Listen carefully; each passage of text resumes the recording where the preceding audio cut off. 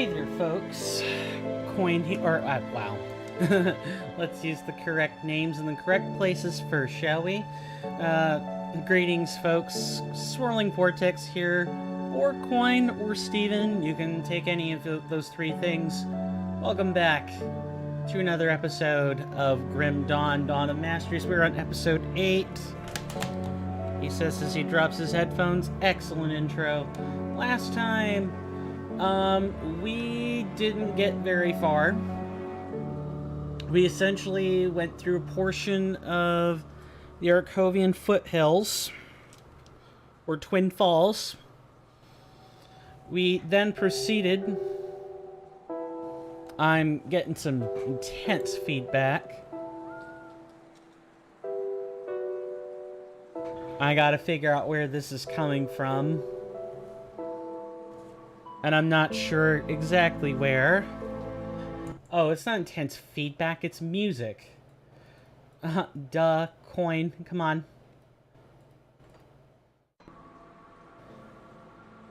There, that's better. I like to turn the music up because, copyright. And even then, sometimes that's still a concern. Anyway, I'm about to sneeze.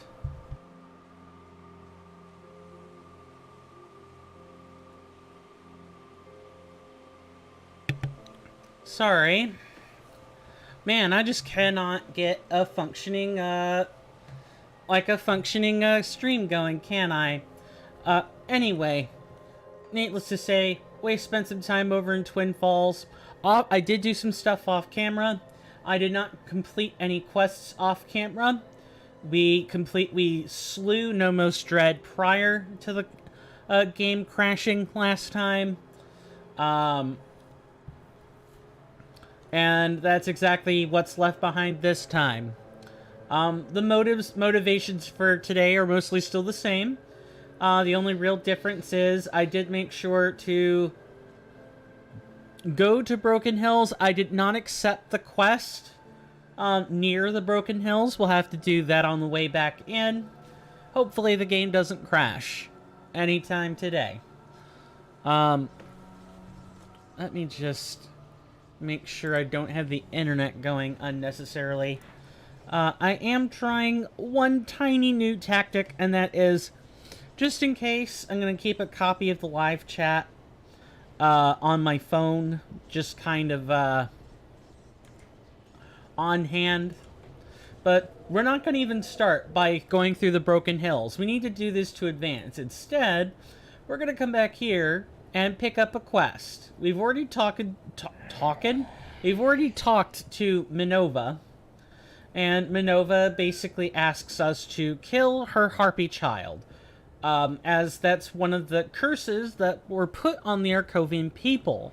Those who aren't dead as ghosts or zombies or skeletons became cursed and reborn as harpies. And that is pretty much what happened to babies that were born under this curse. So one such baby is Lutra, and we have to put an end to her. But before we do any of that, we gotta help settle these old scores. The Arkovian Undercity is really quite something else. But before I get too into it, how's everyone doing? In my, time playing this, you know, kind of off camera, this build shreds. It really does. The only problem is the fragility of the build. You can't really be hoofing it, going toe-to-toe with the elites that are here, or like the heroes. You can't be doing that. That is a good way to die. You have to use your crowd controls where they are given. But thankfully, because this build has such high DPS, and especially high spread damage, cleaving through anything that isn't a boss shouldn't be problematic anymore. Not anymore. As you can see, I had to do a lot of killing off camera. I may even have to go back and sell things off camera. Sorry, this week's been busy. I've had an exam. I had an exam that I had to make up. So my mind has just been focused on that and not really anything else. You want to be back over here. That's where the Arkovian Undercity really begins. But, yeah, how's everyone doing today? Other than my busyness, I'm okay. I may go whip up coffee on break. I may take a little bit of an early one today to do just that. Like I said, I've been busy.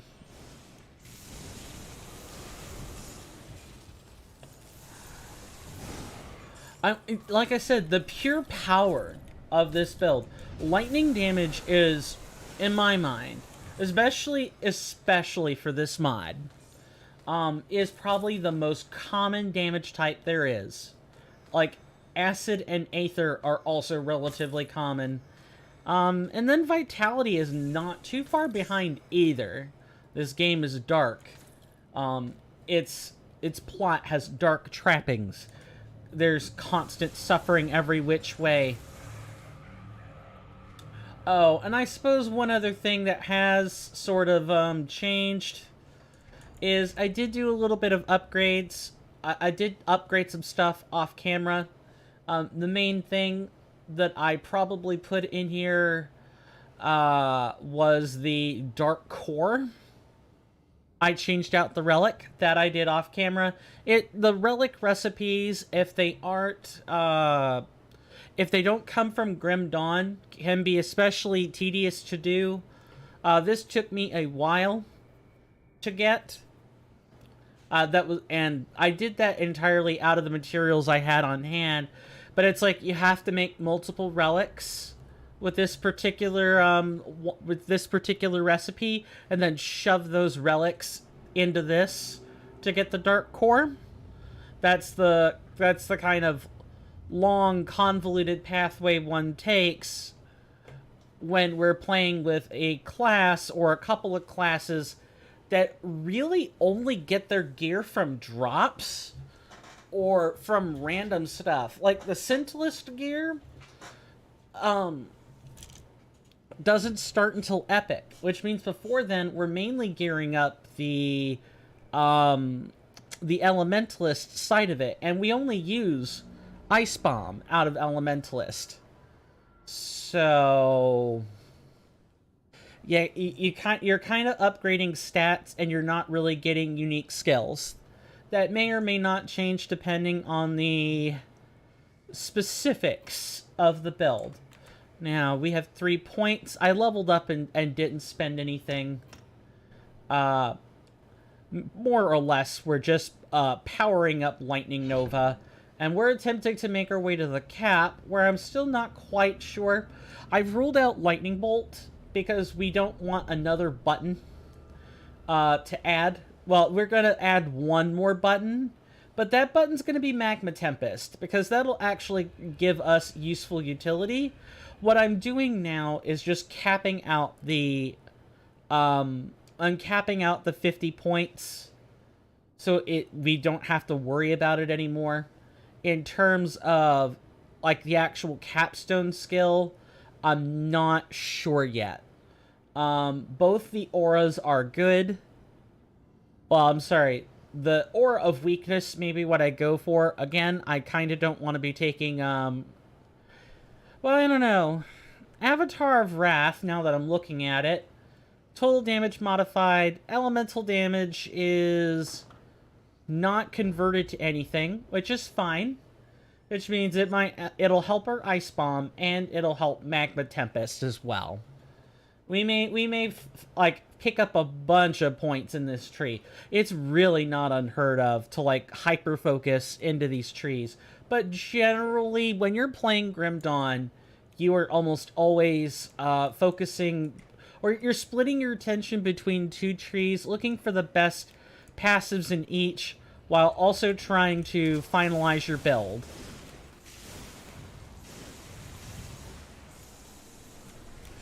Yeah, Dawn of Masteries kind of changes this up significantly. You're not really looking for... I should say that. You are still looking for a way to, like, split attention, but it depends on your build now. In Grim Dawn, I would say you evenly spend time looking for the offense, like the offensive skills you want to use in one tree, while looking for the defense in another one. Not necessarily the case in Dawn of Masteries. You can hyper-focus into one tree and be perfectly fine. But you lose out on so much build potential, and that's the thing about Dawn of Masteries. If you want busted, broken, single-player builds, this is how you do it. I have no idea, honestly, how this shakes up in multiplayer, if that's even a thing. I can't imagine... I can actually imagine things getting harder for a start, and then on top of that, on top of the increased difficulty, you know, you start to have, like, roles. You kind of have to be tough enough and do decent damage, but in, when you're playing multiplayer, you kind of don't want to do that. Like, you sacrifice the fragility, or you sacrifice the stability if you're a damage dealer, and you grab, increased damage. You, like, min-max that stuff. Whereas someone who is going to actively tank things for you, kind of does... I mean, they do want to do damage, but they want to be chunky, which can be hard in this game. There are things that will kill you in one shot. They have some really, like, cracked abilities. And it can be unfun for the tank. It really can. Well, I say tank, but more like the support. In these, like, Diablo-like clones, you really don't have real tanks. Taunting works about as well as you'd expect, but due to the way it works, you mostly want to care about controlling space. You want to protect your damage dealers by making sure you control the space. Not so much that you're taking damage, although any damage you can take it is good. Any damage you're taking is damage that a damage dealer does not take. However, I don't believe you can play with more than 2 in Grim Dawn.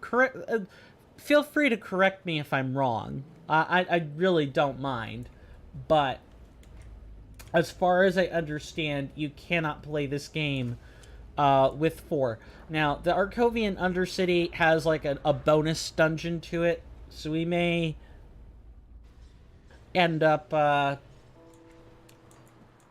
am I trying to say here? Because it has this bonus dungeon, we may end up spending the entire episode in the Arkovian Undercity, which will be perfectly okay. The Arkovian Undercity is a very cool place. Heck, if you've got skeleton keys, it'll become apparent why they're good here with the advent of the Undercity. What we're mostly doing now is cleaning up inventory a little bit, just a little. Then I'm going to proceed to clean up the consumables. And then we can,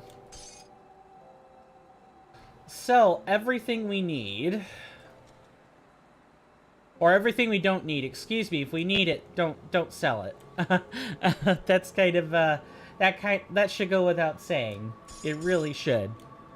Just trying to think if there's anything else. While I'm on the subject of inventory management. Inventory management in this game it's tedious. It's not something that I enjoy doing. I mean, it makes me feel better, but that doesn't mean I enjoy it. I don't know how anyone else feels. That's a great engagement question. Do people generally, we could go ahead and put these back in here. Does anyone actually like to just sift through inventory? I know it can be one of those, oh, well, you can veg out. It becomes like a routine, right?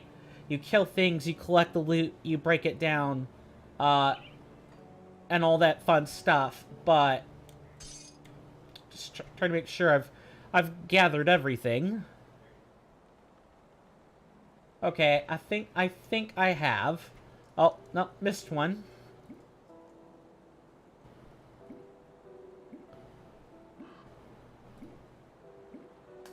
Just trying to make sure I've got that. I don't want to be doubling back for things. All right, now we sell all our greens. This is what I meant when I said that you would eventually be making money. Like at first we were starving for money. Like we couldn't possibly get enough of it. And now, I mean, granted, we've got a bunch of blues to break down, a bunch of blue gear, but that blue gear, oh, I forgot to deposit stuff. That's fine. This blue gear will come in handy. We'll get components, we'll get tokens, and eventually when we hit level 65, I believe, is when the Scintillus stuff starts kicking in. We will have...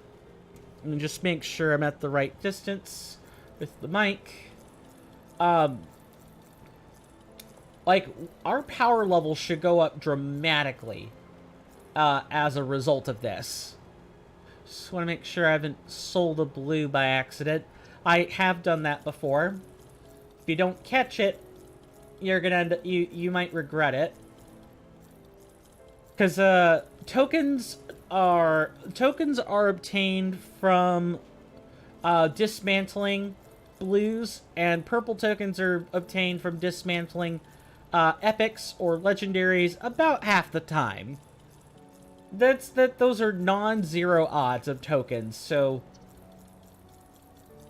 I really hope we don't have any problems trying to get all this loot. Oh, what was that jingle? Oh, that jingle was the ring. I accidentally clicked outside the window. Okay, that's fine. So, how are people liking the series so far? I realize it's kind of low effort. You know, I'm not really editing it. There's no funny haha memes, you know, except when I say something. And sometimes I go chunks of time without saying something. It's something I'm constantly working on. You know, not having the dead time. But that is difficult, and sometimes I do need a second to just think about what I'm going to say. I'm not a person who can come up with these quick, off-the-cuff responses when the conversation's supposed to be structured like this. I have to think. I do my best. But I definitely know I could be a better entertainer, a better streamer in general. And I don't know if that is, you know, Coin actually sits down and learns how to edit videos so that he can make the short form. I mean, I've promised short form, so I'm not going to back out of it, but I just don't have the current skill set for it. And I know that as a content creator or an entertainer, that is something that you have to learn how to do. Content creation in terms of these videos is kind of an all-encompassing thing. So I'm curious. I want to know if people enjoy the series. If, you know, people... The views have generally been on an upswing. I know, here I am talking about YouTube metrics, right? Who cares about that? Wow. Okay, I guess I just didn't... Alright, this one is... So is that one.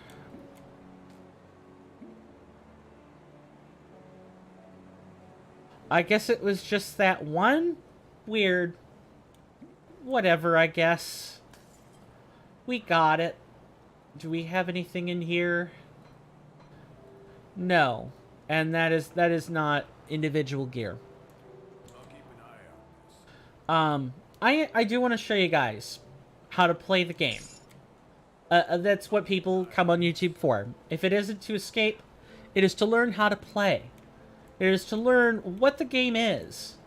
And learn whether or not this is something you think you'd enjoy. If you like Diablo, you will like this game. You just have to be willing to sit down and take time to learn the system. This game will not throw you a bone. It will not go easy on you. You can modulate its difficulty. It is a mod. But Grim Dawn pulls no punches at all. So you have to learn how to make the system work for you. If you do not learn how to learn the system, you're going to have a tough time in this game, and especially in Dawn of Masteries, where you are expected to prioritize damage types. You are expected to pierce resistance like you've never pierced it before. You're expected to kind of know some tricks. Granted, have I beaten Grim Dawn? Not the base game, no. So why the hell am I giving you tips? Because I've played enough of it to know. I've gone past Homestead. I've seen what the game has to offer, and I like it enough to learn the tricks as I experience it again as a mod. And after Dawn of Masteries, and I'm sure I'd say the same thing about Grimmarillion, it would be hard to go back to the base game. You could do it, but the pain would be there. That's all. So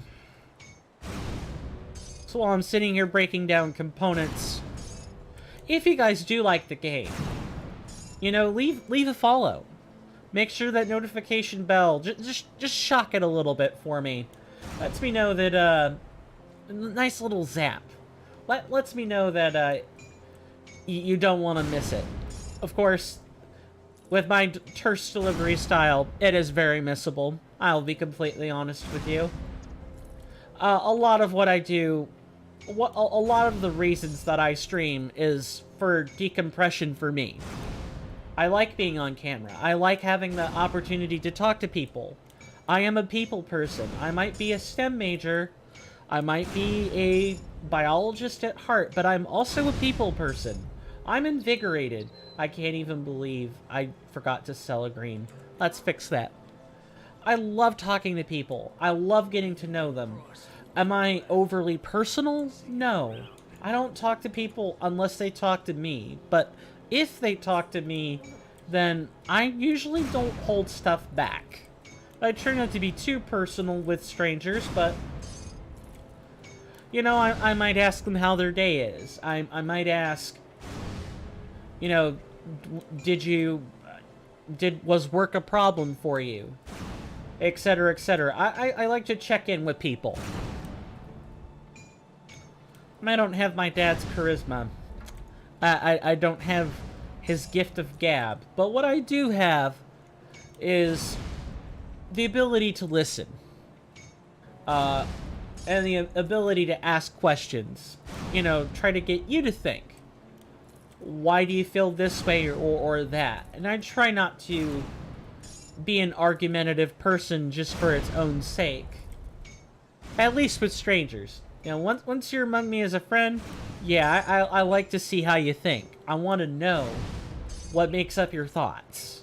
Like, what makes you tick? That's the whole purpose of making friends, is you know them.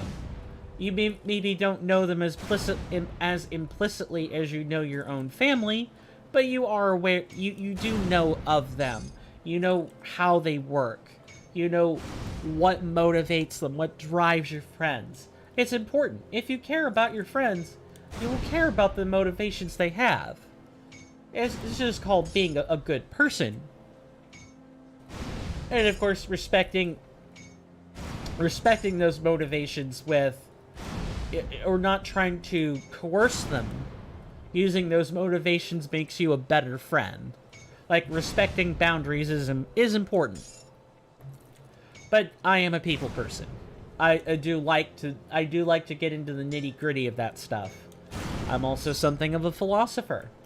I love discussing the finer points of things as long as I've got the... I feel like I bought 100 dynamite, and I feel like I've still underbought the amount I needed, which is just impressive.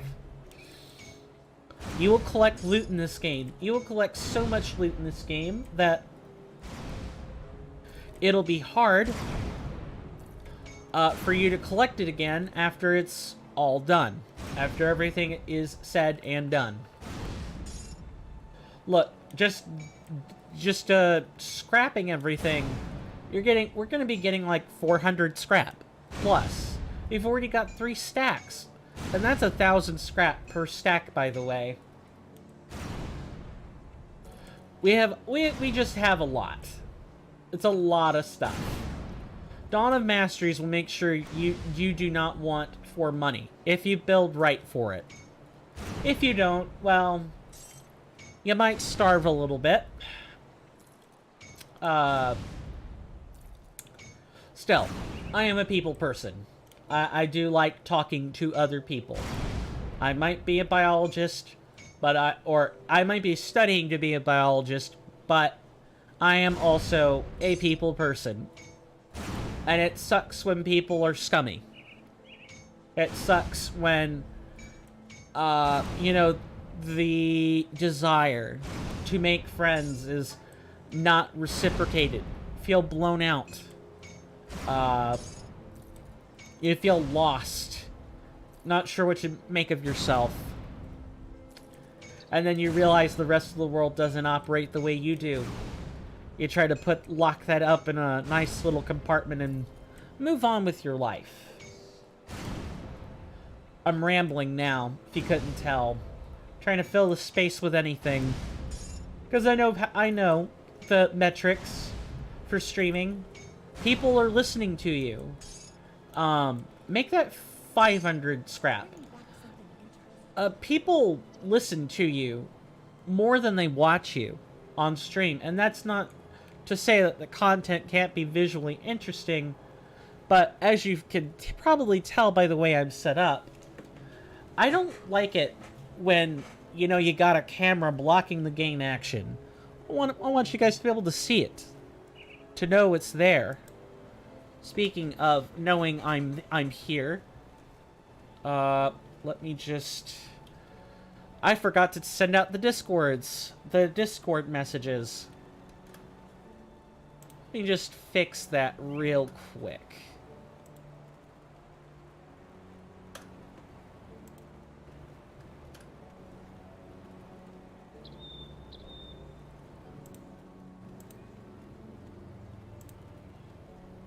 Okay.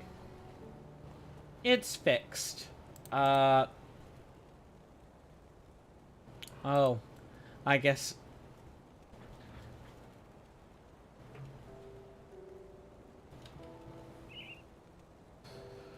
I will have to reply to that later. That's pretty intricate. We're starting to do this thing with our tabletop group where we're now trying to hang out as real, actual friends instead of just groupies who roll dice one night a week. But it's hard to do when you've got exams and thesis papers to write. So many things. But if you really care about those friends, I don't know why I just started buying 3. Yep, this only page has them. 3, 6, 9, 12, 13. We need 13 dynamite. We blew through half. Dynamite ain't cheap. But we have a little bit less money than what we started with. What was I saying? Yeah, we don't want to... I don't want friends who are... It's hard to call someone friend when your interaction with them, even over multiple years of gaming with them, it's hard to call those folks friends. Because you meet up once a week, twice a week sometimes, and that's it. Nothing else. But we've been doing it so long that it would be an insult not to say we're friends. I'm just very picky. That's the thing about me. I'm easy to socialize with, but I'm hard to get to know. Like, hard to get to really know. I'll talk about a lot of things with random people, so it's hard to know when I'm actually friends with someone.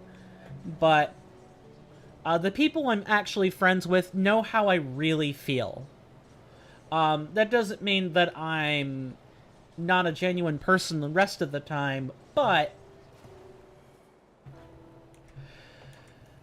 you have to keep people at a certain amount of arm's length to be professional. I don't mind talking about random stuff, like more intricate stuff with you guys. Although this is the YouTube channel, not the Twitch channel. So I try to keep that to a minimum. I'm not perfect at it, but I do try. There's a certain level of professionalism and a certain level of... Is it collegiality? Cordial? No. Those words feel wrong to use in this context. But, oh, and I forgot to deposit material. Great. That'd be kind of important, coin. I call myself coin all the time, but today I'm swirling vortex. Anyway. Safe storage, no questions. It's definitely not... How do I word this? I'm really struggling for words here.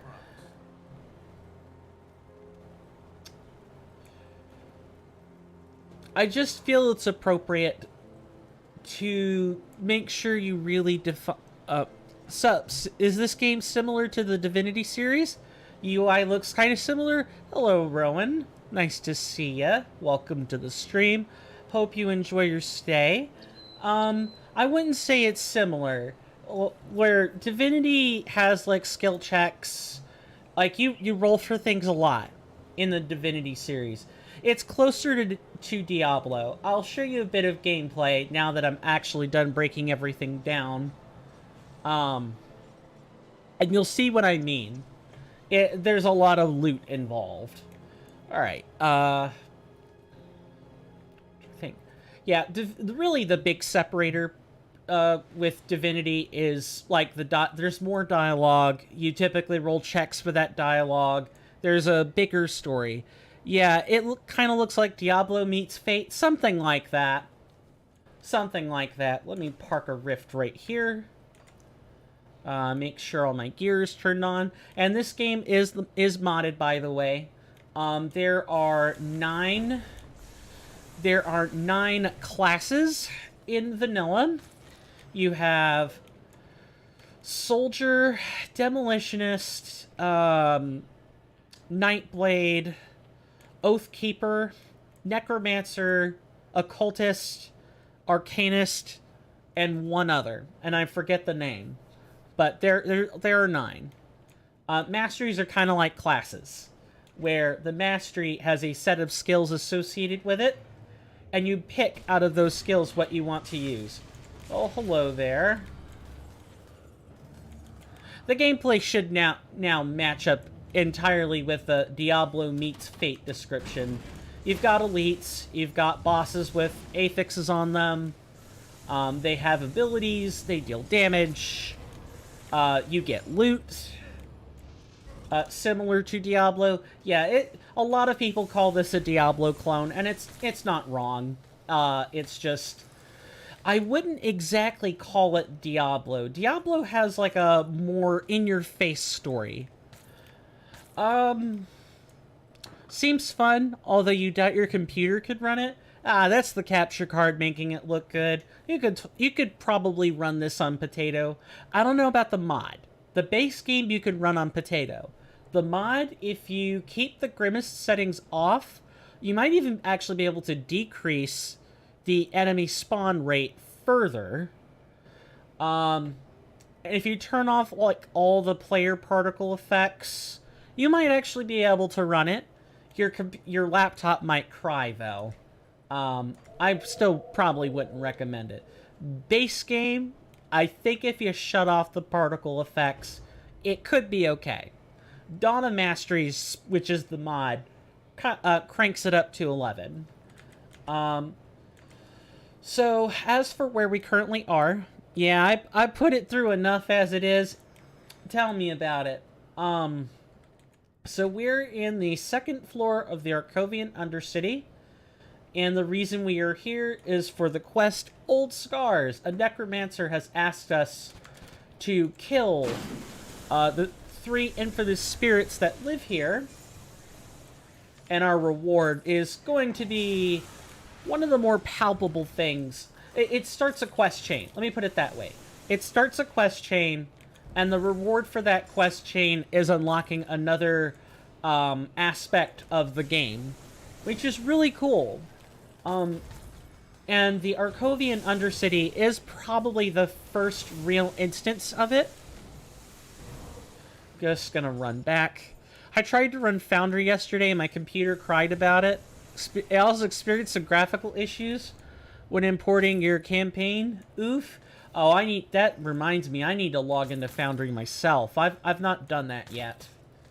I've been a bit too busy with the exam, of which that was kind of a...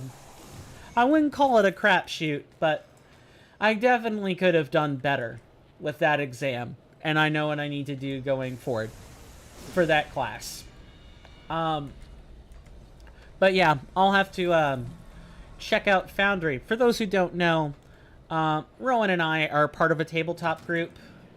Totally understandable. You know what you made? No, because I was the makeup exam. And there's actually another person ahead of me who's also making up the exam. So I suspect I'll probably know within a week. If I know faster than that, that's a bonus. But I'll know by the week. Probably. You never know what could happen. So I hesitate to 100% say anything in that regard. But I hope you get what I mean.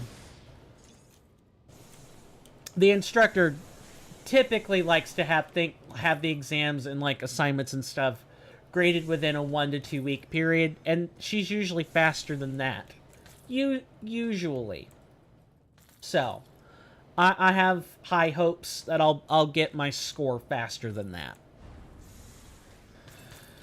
Oh, what was I saying? About the Arkovian Undercity. Right, so much like Warden Krieg's cellar, or like the hidden laboratory, or much like the like Cromley's hideout, there are a bunch of these rooms with winding passages. You do? Just thought it'd be good to check up with you. Currently trying to motivate myself to go eat. Look, if you eat, you'll be able to do a whole bunch of other stuff. You'll actually have energy. Your body will start metabolizing your food, so you can do something else. Hopefully that something else is whatever you want to do, but sometimes life throws you things that you just have to do. It just has to get done. Hopefully you're thinking about eating something you actually want to eat. Instead of, something you had to eat. I had cherries and, suppose I'll go round up food, talk to you in a bit. Absolutely, sounds good. Go get your favorite thing, or, whatever you have on hand. Whatever works. And I'll see you after you get your food. I had, cherries and strawberries before stream today. Not the best food, I admit. Kind of sugary. And I had some chocolate sauce to go with it. Cherries and chocolate is just a classic combo. But, the cherries were probably the best part for me. I love cherries. I also love lemons and raspberries. That's a good engagement question. Anyone else here a big fan of fruit? My sibling is actually picky about fruit. There's only certain kinds that they'll eat. And it's either due to taste or texture. I think it comes down to texture more than it does taste. Although it kind of depends. I know, I'm being non-committal with my answer. But from my experience, it tends to be texture. There are really only a few things I don't care for. I'm getting a little bit more okay with avocado. I don't know about sweet avocado, or, you know, avocado mixed with sugar. Like sweet guacamole, perhaps. You know, mashed up avocado. But it is getting a bit better. More palatable. It smells horrific, though. And usually when I have avocado, I know I'm gonna be, you know, doing the thinker's pose on the toilet.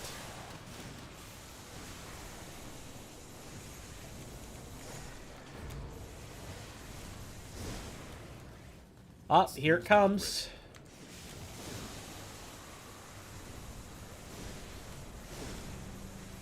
Look at that. Couldn't fit through the door. He just took it. They just took it. It's great. Oh, also, I have items we need to move over. So one little quirk about the game's inventory with these kinds of bags, it'll use the active bag you have. So if you don't want, if you're like me, right, and I like to have my items go in order, fill up from the first bag to the last bag, then you need to, you know, make sure the first bag you have is the active one. Otherwise, all the items are just going to go to the current active backpack slot you actually have. And speaking of backpacks, in Dawn of Masteries, the backpack already starts out like this. No backpack upgrades required. In base Grim Dawn, you actually have to get backpack upgrades, and they come to you periodically throughout the game. And your inventory space is obviously more limited. So, you know, make of that what you will. I'm happy to have the Dawn of Masteries max inventory treatment. Alright, we're putting another rift here so we don't get stranded. Alright, let's do this thing. That skill's not ready.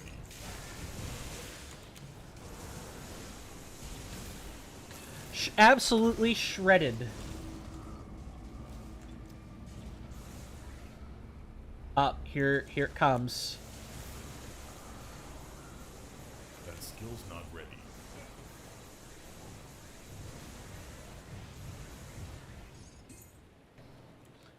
That's the nice thing about this build. Oh, we got a blueprint. Epic amulet. Oh, well, it's a random amulet. I mean, I've never seen it before, so I'll take it.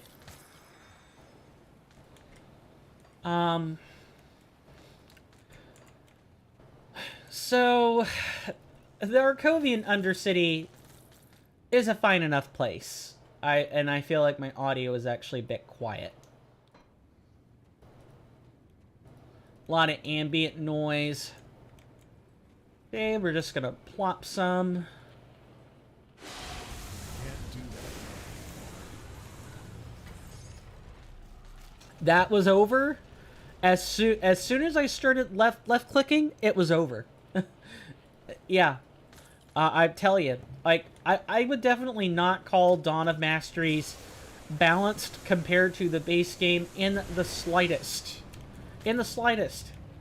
That's okay. It's balanced around the new power level. Look, if you're wanting the normal Grim Dawn experience, or you're wanting something along those same lines, where it's about the defense, you know, your cooldowns are generally available within 4 to 6 seconds. And whatever isn't available is either a attack replacer or it's like a longer cooldown. If you're more into that, that's totally cool. That's completely fine. It's okay. Play Grim Dawn or any game really, however you want. That's the fun thing about mods. You don't have to use them if you don't want to. But for those that do, you know, I recommend. Oh, we already killed these creatures. Okay. Want to be careful. Oh, leveling is my favorite part of Grim Dawn. I love making builds. It's like with my favorite part about tabletops is making the characters. Especially with a good sheet compiler. I use with my tabletop group, I use a software compiler called Hero Lab. I'm using a client version for Pathfinder 1E. Yeah, if we're trying to like, I don't know. Sure, we'll slow it down. All right. So now we actually have the Magma Tempest. Let's see what it does. That's oh, okay, never mind. It's a little bit longer. So basically what we do is we plant, like, the Magma Tempest right next to the Ice Storm and go from there. This is... How do I word this? Oh, and also we have the ability... Yeah, okay, so we want to funnel people into the burnt ground. That's fine. If you actually, like, take the second to just read the skills, they should make some sense to you. Attack replacers don't always do. I have a build where I'm using, like, an aether gunslinger, basically. And, it's like a stalker build. And the attack replacers use a ton of different damage types. Stalker is probably not situated that well because of the... Well, that's not true. It's just the dual wielding. Like, the pistols in each hand gunslinger is not a particularly effective use of your time as a stalker. You want a nice two-handed rifle. Or like a bow. You want one of those things. I'm probably playing suboptimally by using a gun in each hand. I've always liked the concept of that in games. Anyway, so the Arkovian Undercity in the second floor has a boss right beyond here, and this boss has iron bars that close behind once you start. So, or it might be the next one. We're gonna find out. A lot of these passages start looking samey to me after a while. So I can't say that, I can't say that I'm always going to hit the mark when it comes to predicting passageways. Hi.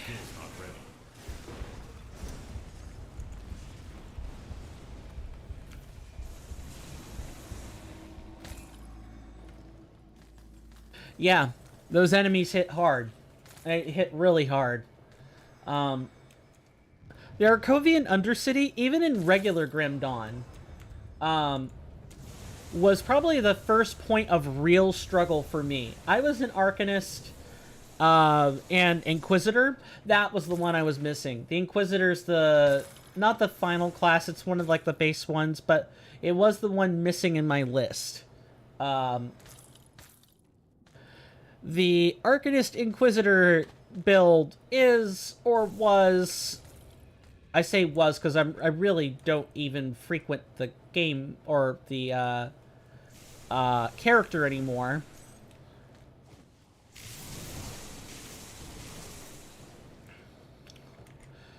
when you're not sure what to use, you don't know if you should be the auto-attacking kind of Inquisitor Arcanist, or you want to be more of the cast your spells and then just use the Inquisitor to buff elemental damage types. Okay, we're gonna like try to keep our physique up and running. Oh, we actually have. Do we have? We do not. These sometimes contain good things. Let's go grab a stick of dynamite real quick.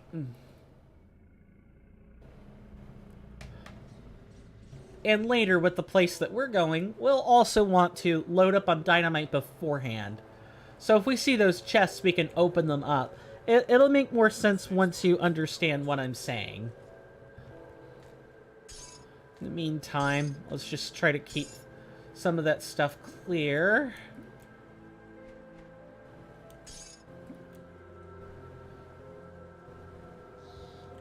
I'll typically hold off on depositing like too many things, but keeping inventory clean is just a good practice. Like if you're not trying to like play on camera, try to keep it clean. You don't want to be, you don't want to have your you don't want to have your bank full of stuff you're trying to like get rid of. That's not a good practice. We wanted dynamite. I believe right now we're good if we take one.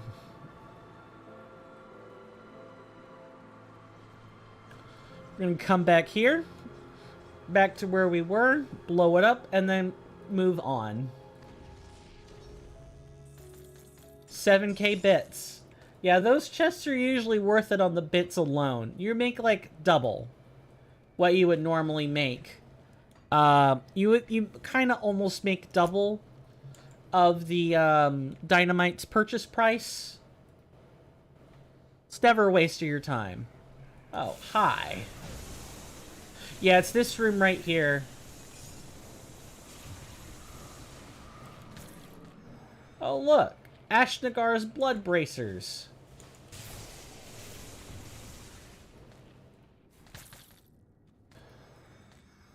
Yeah, I thought so. See those iron bars?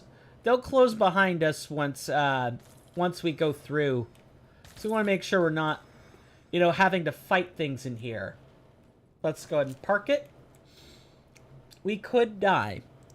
So be very aware. The game could even crash on us. Because what's behind this room, generally, there are going to be a lot of elites. There are going to be a lot of things behind here.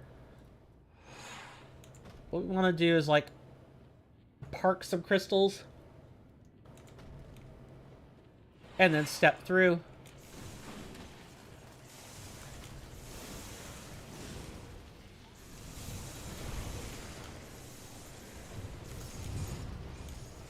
Oh, nice. Okay, okay, cool, cool.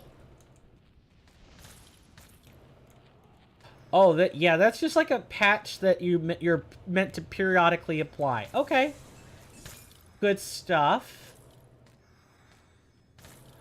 And I made this room out to be... Ah, yes, I almost forgot. You can find... you will find a devotion shrine in here. So, the Arkovian Undercity is very much worth your time, which means you might as well talk to the necromancer and accept his quest.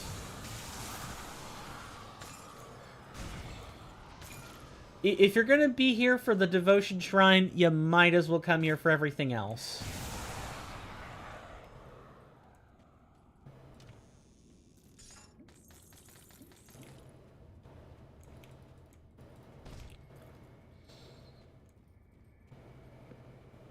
Same deal. Just gonna plant like 2 of these.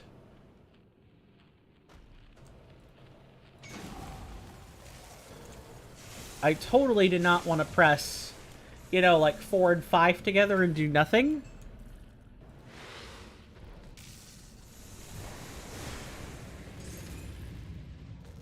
Oh, we can't be in that. We cannot be in that.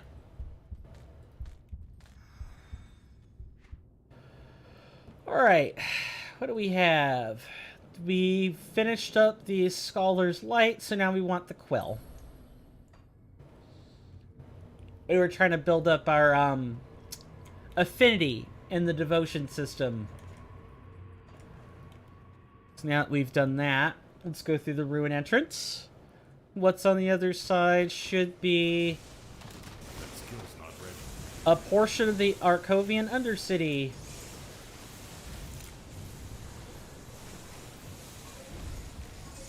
Yeah, we were kind of trapped in the corner back there. We didn't have anywhere to go. And running, like, you know, going behind the portal and reappearing never works. The enemies just sit there and wait for you to come back. So, you kind of don't want to kite things to the door, ever, if you can help it. You guys have seen the effects of this before. We've died before on camera, where we just die over and over and over and over and over and over and over again, because they're near the door, and they don't leave the door. And because it's like a hero or a nemesis, usually it's a hero, oftentimes you'll come in, if you don't have a cooldown or something, you're dead almost immediately, and you have to run back and do it all over again. And that constant death can lead to resets, to crashes.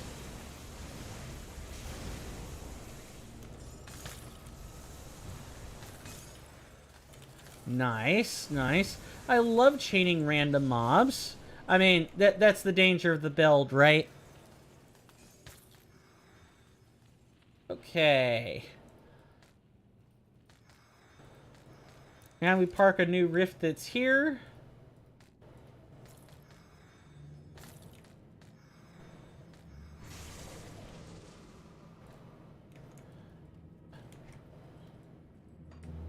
Now we'll go ahead and grab...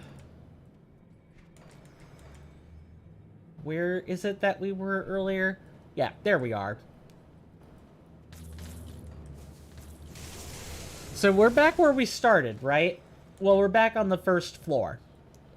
This is not the Steps of Torment. The Steps of Torment's like the real mega dungeon. That skill's not ready.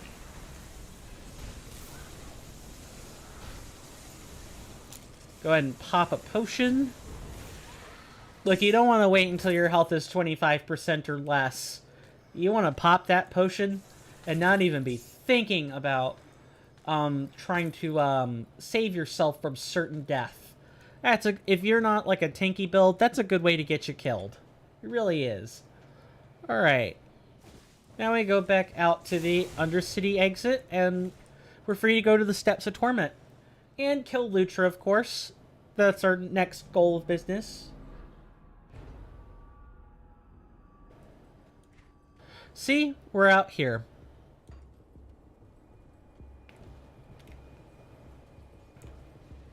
And I did get this rift off camera. I think I might have said that before. It's worth saying again. We crashed before we hit this point, so I was like, well, I don't want to make you guys see that again. So I'm just not. So I went and got it. Steps of Torment is somewhere in this area. We want to, of course, go find Lutra. Lutra first. We have big empty pockets to do just that. And I believe she's somewhere over in this direction.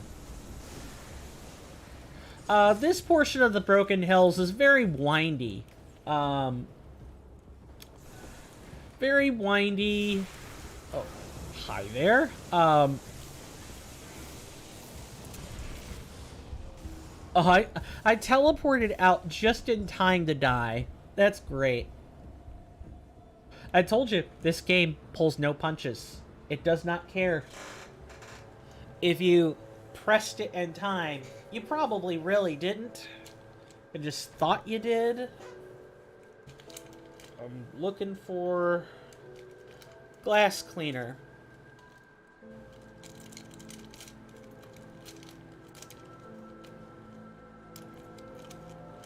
Sorry, there's some stuff starting to come into my field of vision and I gotta fix it. Bob the Builder can't build her? Okay, I can't even do a funny segment right without having issues. When I'm blind, I'm really blind. I think my vision's getting worse, now that I think about it. It's all these computer screens. They'll do that to people. And I'm getting older.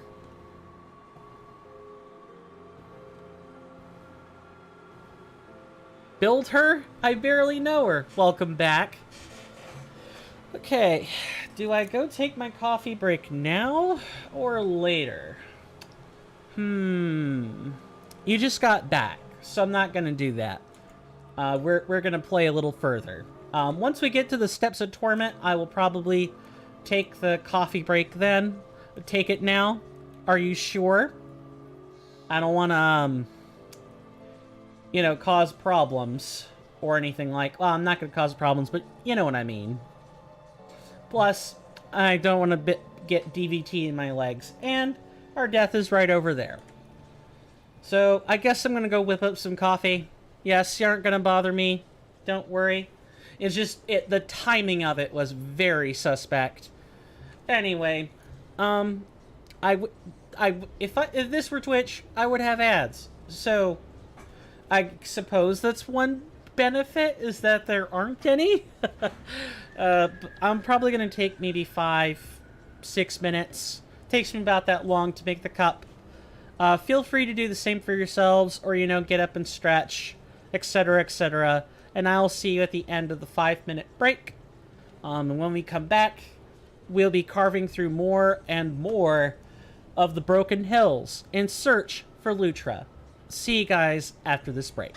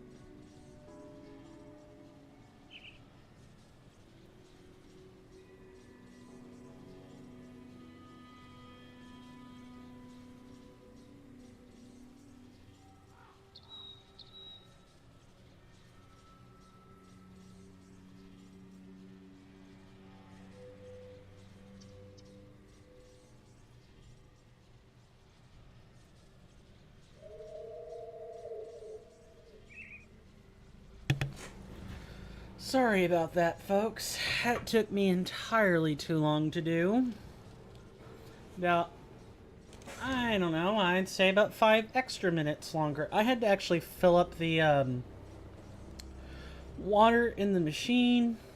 Even doing just that, though, I would have only expected to lose about 3 minutes off the projected estimates for when I should be back.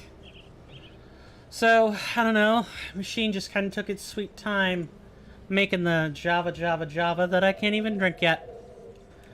My apology. Oh, wow, I'm moving before we have switched screens. Let's fix that.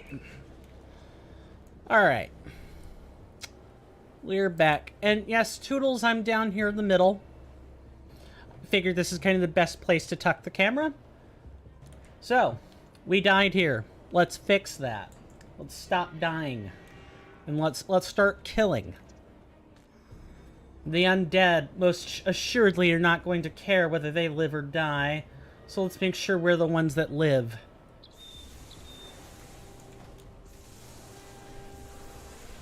Just gotta be careful. You never... Like... You really have... Yep. Oh, already. It's beginning already. You can very quickly find yourself surrounded in Grim Dawn. And especially in Dawn of Masteries, where we've got the mob density cranked up like 1 or 2 times. If you couldn't tell, mobs are, like, enemies do not normally spawn this much. There's a lot more care given into where they're placed than that. It's just, I like to live dangerously. What can I say? Extra mobs are fun, and our build can handle it. But sometimes the game will throw us too many enemies at once.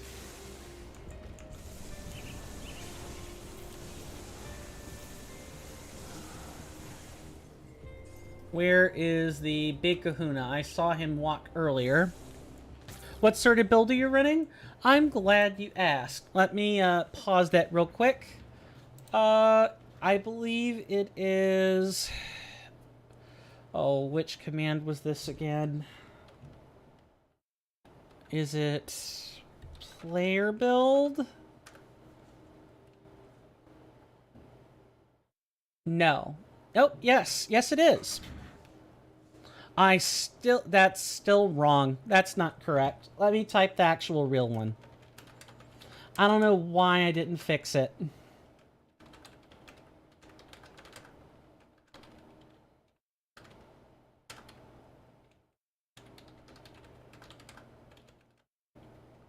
It's the correct command, I just never bothered to fix it, I guess. For whatever reason.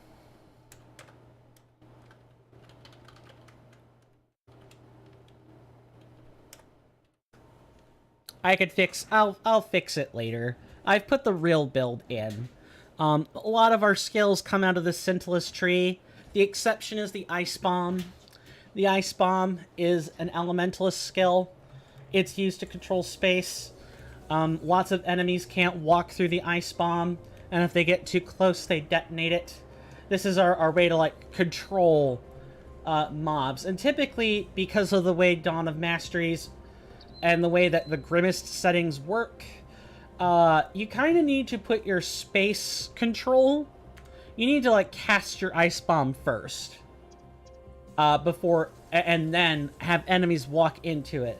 Same with the, storm crystals. These help slow enemies down. They live for, like, approximately 15 seconds. And the idea is to, like, help control the space and then just unleash hell. Electrocute goes up to 10 targets. There are various forms of this kind of skill. Elementalist has one as well. And let me tell you, the Elementalist or some of the others only chain like 3 to 6 times. The Scentless just straight up lets you chain up to 10. Which is just fantastic. And it does this without extra investment. It kind of does... Oh god, okay, go through. It's either only a single node... Yeah, okay. So you do have to spend one node into it, but you get a whole bunch of electrocute damage for not much extra cost. It's great. 10 targets is fantastic. The only downside is, you've probably seen this already, just by the sheer virtue of watching, that you do tend to pull enemies across the screen. It's not going to happen in like an enemy cluster like this that's popping out of the ground, but this game does not particularly like giving you the... wow, that was bad. The game doesn't like letting you look aim to the south very well, because the UI is there. So your most of your like targeting is going to occur up here in this upper portion of the screen. So sometimes you'll have enemies be pulled to you from like just a few electrocutes, and they'll come in from behind, like down here, where it's kind of more difficult. Like, I could still aim, but if they're here, if they're somewhere over in this area, like where we are now, there's going to be a problem with me trying to target them. You either have to rotate the camera, or you have to blink away and try to find a way to get them up to that portion of the screen. Sounds a bit chaotic for me. It's not that chaotic. It's just one of those, because we're a spread damage build, and the idea is we're damaging a bunch of enemies at once, and this particular form of the skill just has almost no limit for chaining distance. There is one, but it can chain really far. It can just pull enemies off screen. And lots of enemies in this game also just like to teleport to you. It's a common gap closer here in Grim Dawn. Almost everything that's a boss likes to teleport. And the Nemesis ranked enemies are capable of teleporting themselves and teleporting you at the same time, leaving you almost zero time to react. So the electrocute build is fun, but it can get you into a lot of trouble. A lot of trouble. Lots of things in Grim Dawn take the form of lines, spheres, cones, or they're an attack replacer, meaning you use this instead of using your weapon. Trying to think. For example, there's a skill in the Nosferatu mastery tree that replaces your attacks made with scythes, axes, or daggers with another attack. As long as it works for you, that's what matters. Agreed. And that's the nice thing about these kinds of games, is that the build potential is endless. It really is. You just find the way that I like to go about picking builds is usually I look for a damage type, and then I pick a class around that. I kind of read over each one briefly to get a sense of the kind of damage these, and the best ways to sort of look at how you determine a... I'm trying to explain this without having the screen for it. Essentially, when you level up for your first time, you're given a screen where you can choose your classes, like your masteries, your skills you have. And it'll come up with this kind of box. Generally, where I like to start is to look at the first square. All the squares here, if you'll notice, are skills. They're active abilities. They're things you have. And you look to see what the skills do. For example, I'll pull up electrocute. It obviously the text does like auto update as you collect nodes in a branched skill, or like a chained skill. But I believe this chains up to 3 targets at base. It gives you an energy cost. It tells you the damage, and if there's any other effects, it'll mention that as well. If the skills don't do it for you, like the active skills, like you're struggling to figure out what the the class wants, start looking at the loose circles. Those are passive either passive skills that activate or they're stat boosts. They're one of those two things. And see if that tells you what the class or mastery wants or cares about. And if you could figure that out, and it's a damage type you agree with, great, you have your choice. That's how I like to do it. Some people are like, I know the concept of the character, I know what I want to build, I just need to find something that works. And if you do it that way, I think you'll find that you end up having to read a lot more. Because in this game, in Grim Dawn, the damage type is what matters. The way you do it, there is some relevance as to whether you're using a weapon or not, or whether you're close range or far. But really, that's about the major distinctions. How you do it, what the build exactly looks like, is sort of irrelevant for the purposes of the game. With the exception of the base masteries, and we haven't hit that point yet. There's a reason why the base masteries have a little more of the game's mechanics going for them. My preference is always for longer ranges and faster attack speeds. I like things that do dots or big area attacks. Big area attacks are almost always better. Not that dots can't be good. We have several kinds of dots. Let me just kind of pour over it really quick. Bleed is a dot. Trauma is a dot. Fire, or not fire. Burn, frostburn, electrocute, poison, and vitality decay are all dots. All of them. And they're all packed in with the associated damage type. Vitality decay is usually paired with vitality. Poison is usually paired with acid. Bleed is usually paired with physical or pierce. You get the idea. But all of the dots pretty much occur over 3 seconds, with the exception of internal trauma, which occurs over 5. So the dots are not... They're not like, oh, you wait 20 seconds for your kill. No. If you don't have something applying a continuous poison or a continuous vitality decay or something along those lines, the dot has its damage, it has its effect, and it's done. You can't really... You can have a playstyle that involves dots, but usually the effect that applies them is applying a continuous one.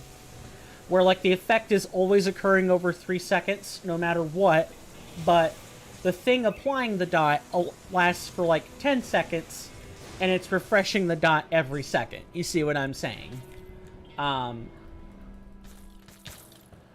So it's the dots in this kind of game are not like... They're not like Diablo, where, like, there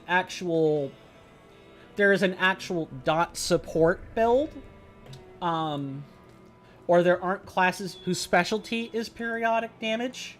Here, it's like, it's more along either the skills you have, or it's the weapons you have. One of those two things is generating a dot of some kind. And dots are everywhere in Grim Dawn. Unlike Diablo, where you can totally have dotless builds. That is completely a thing that can happen. It's just, all you have is chunky burst damage, and if you're not hitting abilities, you're not doing damage. Whereas in Grim Dawn, and particularly in Dawn of Masteries, where, dots are just loose, available, and free, it's extra damage. It would be a shame not to take advantage of it. And there are all kinds of crazy modifiers for this stuff.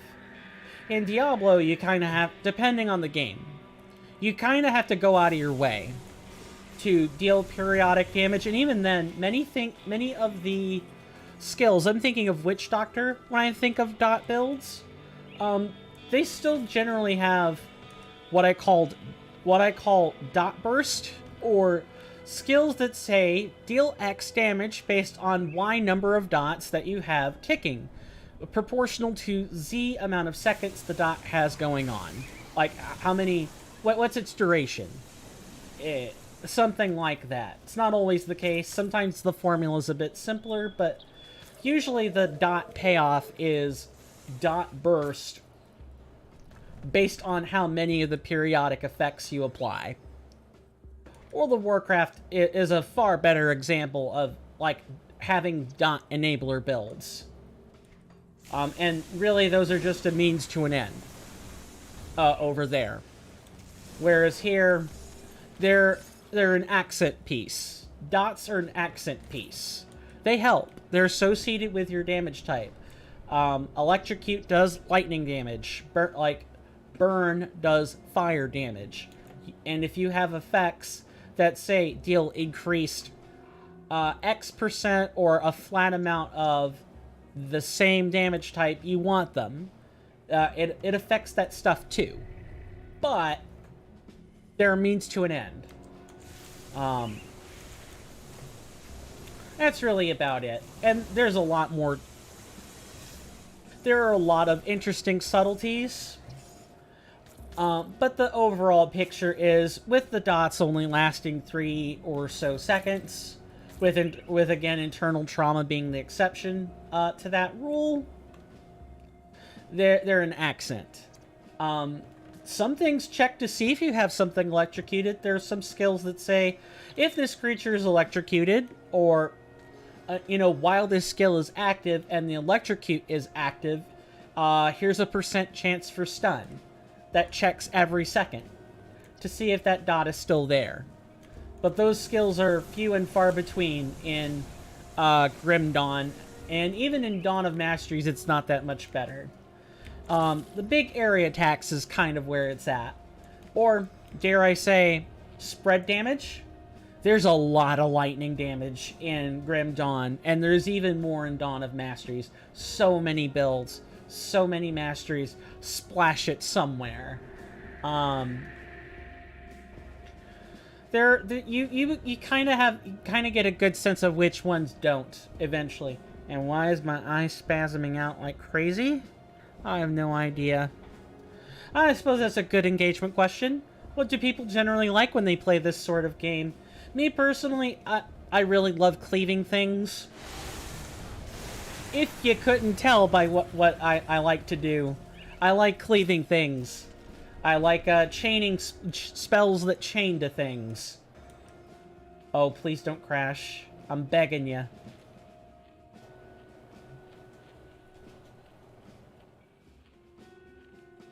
This happens sometimes. Yeah.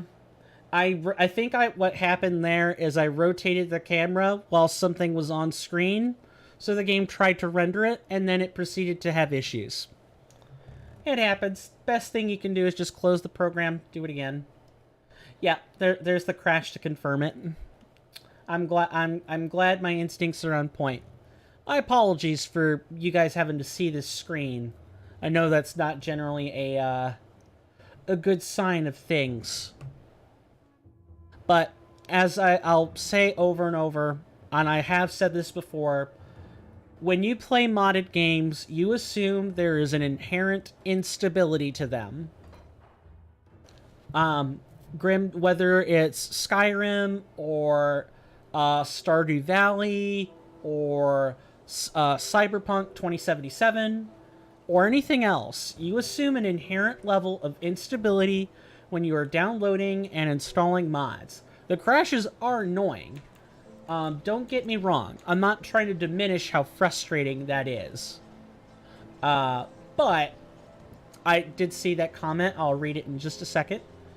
The crashing is frustrating, but if you follow the directions for installing mods, or you're smart like me and you use a mod pack or something of that nature, then you should be fine. The crashes will be because the game can't handle the scripts, not because, oh, I installed something incorrectly. You don't have to blame yourself for the crashes. That's okay. I'm not sure where that statement came from. Like I said, for me, prefer big area spreads or burst damage. Big spikes or bursts with range is really my preferred options. Case in point, that's how I used to play Diablo 3. Yeah, that sounds about right. Although if my memory serves me correctly, you played a lot of Stalker and tended to like either the turret builds or the mobility builds. I tended to play Wizard when we played together. Gotta make sure my buffs are turned on. That would help. So we get to do this again. Yay! And the map totally decided to glitch out. That's fine. It'll fix as soon as we refill the map again. Turret builds are great. Man, those were some fun times. I know. And you know the best part? If your computer could run it, we could actually play this together. Grim Dawn is capable of local co-op, believe it or not. Like, you can play the base game up with another person. And I've seen, there are YouTube videos out there that showcase that. And if you're running the same mod package, I believe you can do that as well. I'm not sure how that would work with the mod 100%, but I know that you can co-op the game. You can't play it with more than another person, though. That would be fun. Alas, I fear your computer would cry at the number of scripts. Also, in Grim Dawn, because your party limit is 2, we have to do things a lot differently. In Diablo, you could kind of assign people jobs. Like, hey, your Crusader is best for controlling space. If you're playing a Crusader in Diablo 3, that is your job. You let your wizards, your witch doctors, and your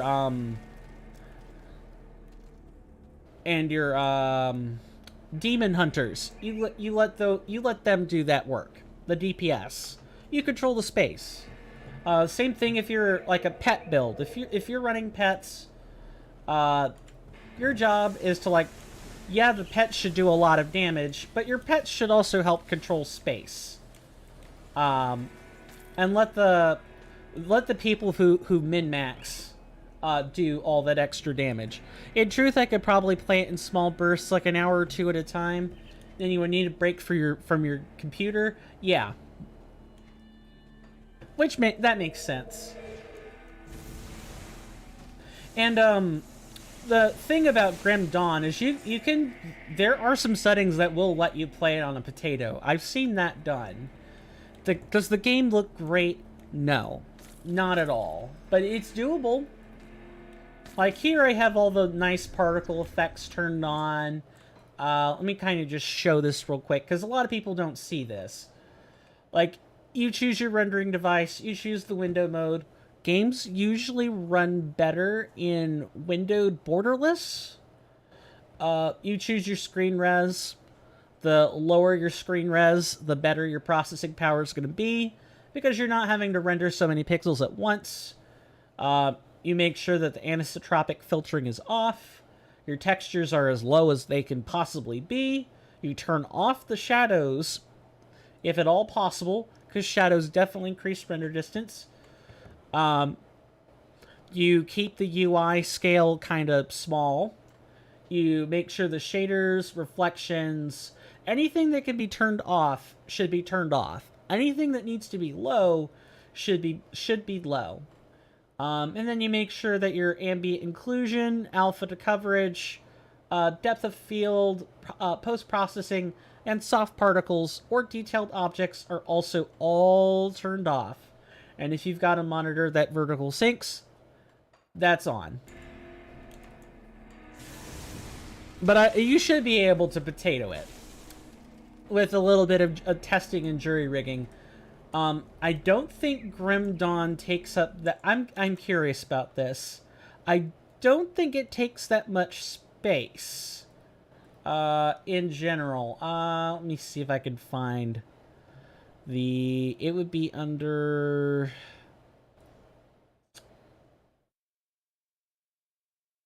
trying to remember where this is. It would be under programs. Install. If I look at this, doesn't say. What would be the size? Where could I find this?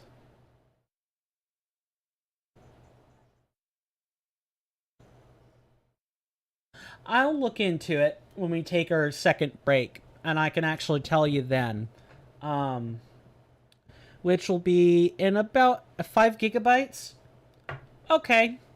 It could be worse. I'm trying to think of a game that's about that size in comparison. Magic the Gathering Arena is like 6.73 gigabytes. Just in terms of its normal game size, and a lot more in terms of the content updates. Yeah, so it's about that size. It could definitely be better, but there are games that do take up a lot more space than that.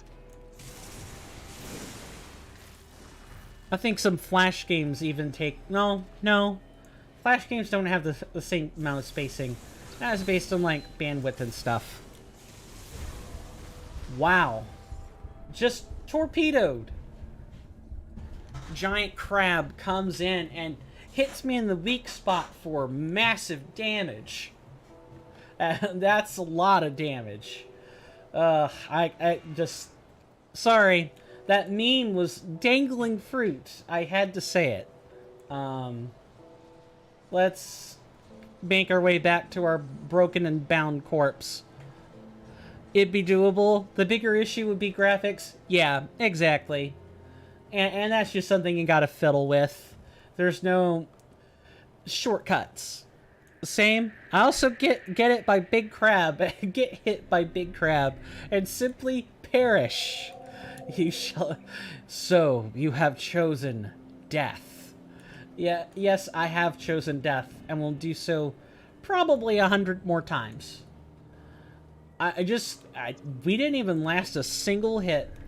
Just 100 to 0. Getting completely bodied. Alright, that's enough talking about giant crab. Let's, do it better this time. I can't do that yet.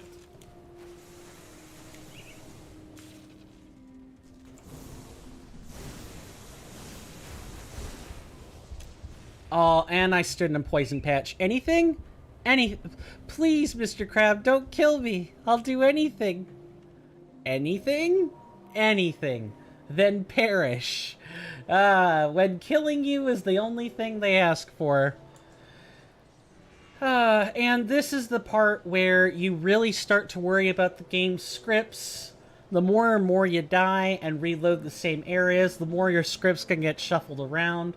Admittedly, the game integrity is supposed to be good, but you never know. It's just like in Skyrim. If you keep exiting and entering an area, you will eventually cause a game crash to occur. Also, if you save too much or not enough, your game can crash. Script runs too long, your game will crash. You accept, and I guess in the case of Skyrim, you know, that can just happen from playing the base game. You don't even have to have mods, but just as a case in point, you accept an inherent level of instability and possible game crashes for which the game developers are not responsible for when you download and use mods. Is the game equivalent to a cell mutation after too many divisions? Yeah. Or, you know, one of your DNA polymerases just slides over an area wrong. Yeah. You don't even have to divide. Your cell's own corrective machinery can cause issues. Admittedly, the chemical fidelity is supposed to be pretty good on... I want to say it's DNA polymerase 3, or it might be DNA polymerase 1. Depends on which organism you're talking about. But, I believe in humans it's DNA polymerase 3 that is a problem. Or it can be a problem. Where the fidelity is like only a few hundred base pairs. Sorry, I'm nerding out over a bunch of nothing. Oh, come on. Don't... Okay, yeah, those poison patches are no fun.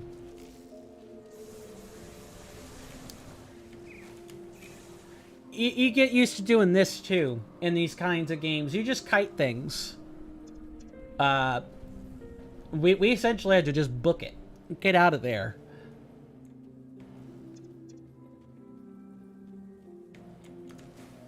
I will do anything other than perish. I will do anything other than perish. Just stop. You just gotta kite things. Like, ultimately, in these kinds of games, the meta is always defensive. And the meta is just like the fancy word for, like, the best strategy is always to just maintain your spacing and kite things appropriately. I believe that's why Demon Hunter... That lobster truly wants you dead. Oh yeah, if things don't teleport to you in Grim Dawn, they can sprint. That crab just doesn't give any Fs at all. They walk through walls. Pets don't stop them. Nothing it can't be taunted. Yeah, some of the enemies in Dawn of Masteries really just don't care what you do. And if you don't have a defensive cooldown ready, which this build doesn't really have one, you die. Simply put, you die. You perish. So we kind of have to kite things. And our build is not one that takes advantage of cooldowns. We can certainly talent into more defensive things. Let me think of one in particular. Yeah, the Sentinelist is very fragile. We would have to spec a lot more into Elementalist to get things like Elemental Armoring or Frost Armor. Which, in normal Grim Dawn, without the mods, you totally want to do this. Defense is the norm, and your ability to tank things is really important. Dawn of Masteries is for people who don't want that. I just want to do my 10 million DPS, please. I would like to just freeze them in place. But why be defensive when you could just kill the things you would need to be defensive about? Exactly. Exactly. That's why you have, like, you know, reductions of resistance, causing enemies to fumble attacks, increasing your offense and defense rating.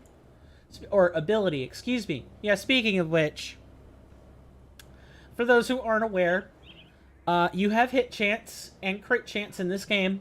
Takes the form of offensive ability, and defense ability.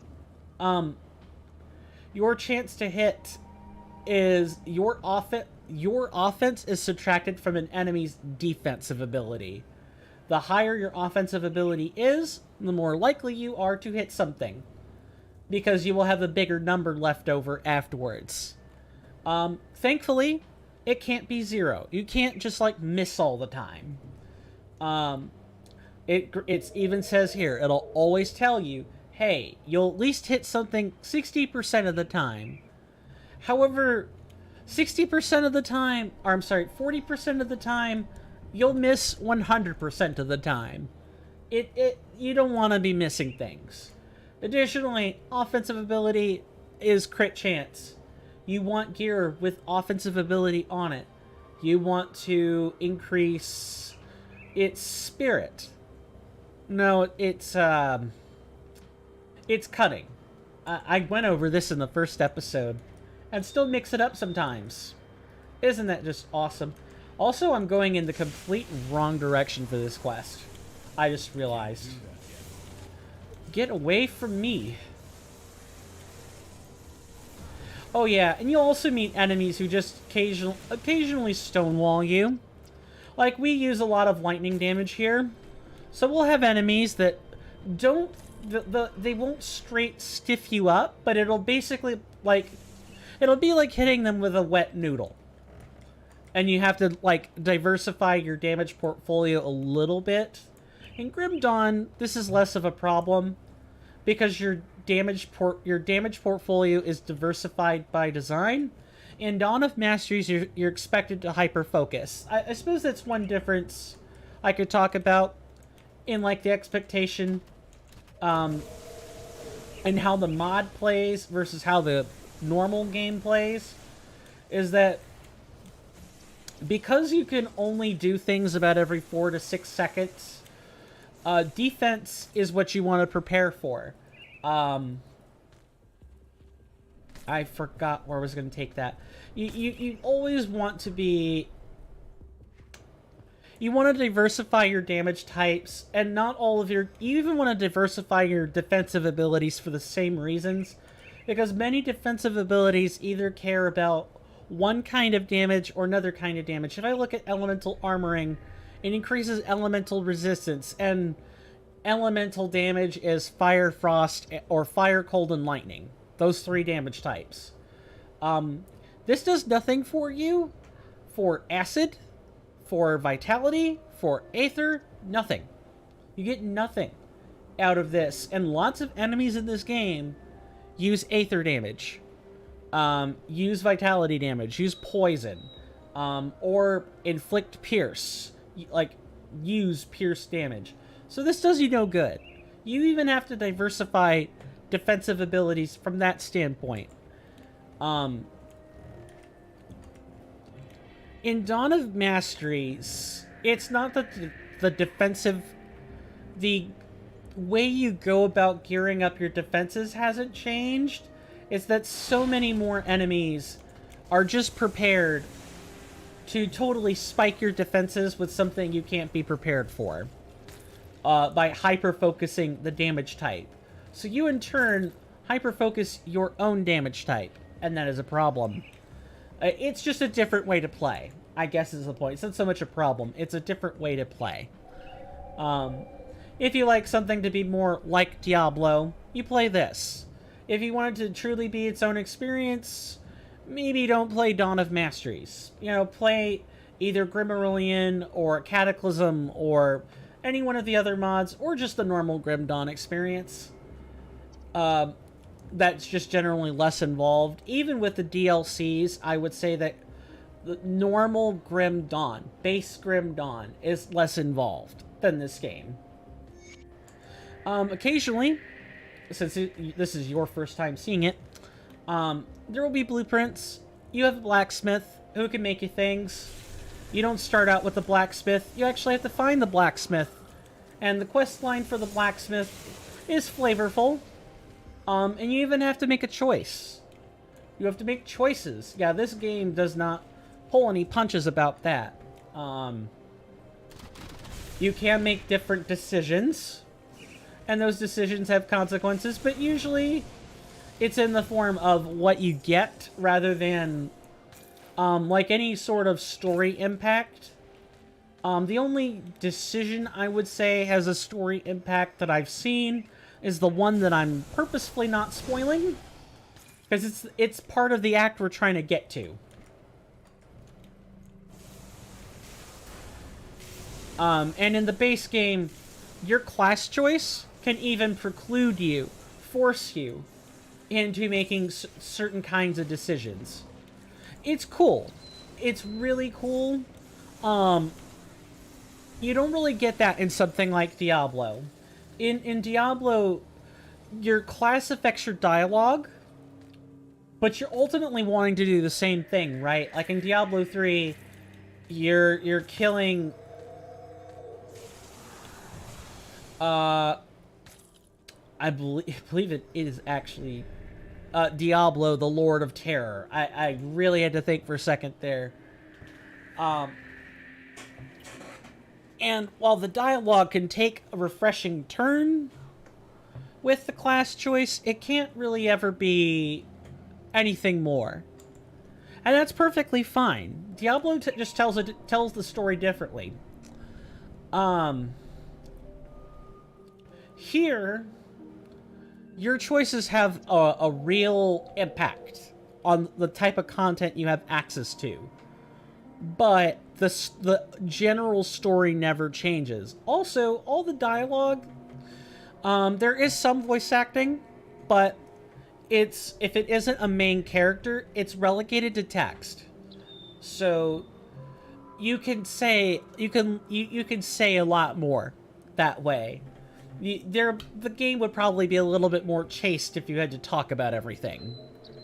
That's just kind of how written work goes. You can leave less to the imagination or get really gritty with it. Grim Dawn is an extremely gritty game. Now that I'm here, and now that we're level 51, excuse me, if we were, like, factoring out our, skill trees before, 51 is where you get 2 points instead of 3. So your builds get a little bit tighter at this point. We're going to just keep pumping these things evenly. I believe it decreases to 1 point at 70, and then stops at like 90 soon after. So our build is starting to be finished, whether we want it to be or not. Thankfully, we have most of what we're looking for. Also, we're level 50, so we can totally start getting legendary gear now. I believe we got a pair of bracers earlier. And since you're here, I have yet to explain the way that the gear works. Gear has various rarities. You have common, uncommon, which is yellow, rare, which is green, epic, which is blue. If I can find it, there are bracers that are purple. Purple is legendary. Purple and legendary gear has a different shade of purple. The components have rarities. Normal components, which are used to enhance gear, are orange. Rare components are yellow. Scrap and other building materials are lighter purple. Anything that is like a consumable does not have any sort of paneling behind it. Everything is color-coded in Grim Dawn. Just like it is in Diablo. It's also color-coded. But, no, I guess that's almost identical, really. The coloring may be slightly different between the two games, but everything has a color code. You know what everything is the moment you pick it up. You know what a quest item is. Those tend to be purple, by the way. You know what your scrap is. You know what your components are. And you know the gear you pick up. Granted, when it comes to the gear, you might still have to read the tooltips to know exactly what the gear piece does. Especially with the way I have it set. This game, specifically Dawn of Masteries, crashes a lot more with a specific option. Let's see if I have it turned off. You can have the game generate a tooltip. I'm not going to turn that on, but if you're playing like regular Grim Dawn, your auto tooltip should be fine. And you can hover over an item like I'm doing with my cursor here, and you'll get the readout of what the item does before you even pick it up. Of course, because it makes Dawn of Masteries crash so much, I do not encourage it. If you were to ever play with this mod on, you'll have a bad time. Reading things is more or less fine for me. And everything here makes sense. Anything that's active is brown. Anything that is either like relevant gear requirements or is inactive is gray. And the only thing that you kind of have to read is like the item type. The game is formatted well. It's intuitive to read, I guess is what I'm trying to say. I probably need to take a drink here. Oh, okay. This would normally be where I would do an not an ad break, but this is where it would take the normal intermission. I had to take one early for the coffee, so we're going to go an extra 30 minutes before we take one. I think that's a fair trade. Oh yeah, that fire patch is starting to do some real work. Was just sort of expecting a fiery tempest of roiling magma, and not a patch of fire, or something that pretends to be magma. But generating like actual particle effects in the mod takes real work.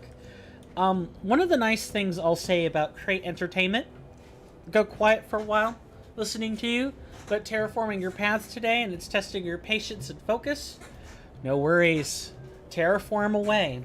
More so talking for information at this point. Hopefully that goes well.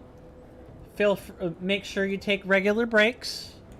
And try not to let it get to you too much. But it's easier said than done. Especially because people are naturally inclined to finish the task first. Needless to say, I'm rambling. If you need to go do that, do that. No problem for me.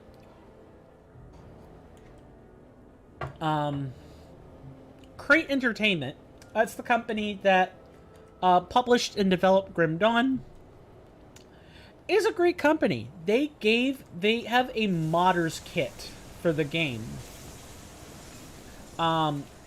It tells you step by step. Like, it doesn't like show you where to get textures or modeling, but it'll show you how to do it. It has like a modder's resource guide, which is just freaking awesome. And you know that you've got devs who appreciate the mods, the possible mods for this game, when you have a freaking resource guide. Tells you everything from how to put in dialogue to making quests. Is it the most intuitive interface? No, it's not. Some of it is proprietary. But if you learn the proprietary stuff, you could be on your way to making a fantastic Grim Dawn mod. A lot of it does come down to how much time you're willing to put in, which is cool. And I like that the devs are really, really they're not modding hostile. Okay. So, we're about the point where these paths start to meet up.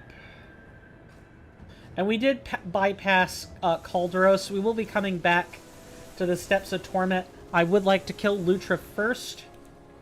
Just get that quest done and out of the way. Wow, that is a lot of damage per second.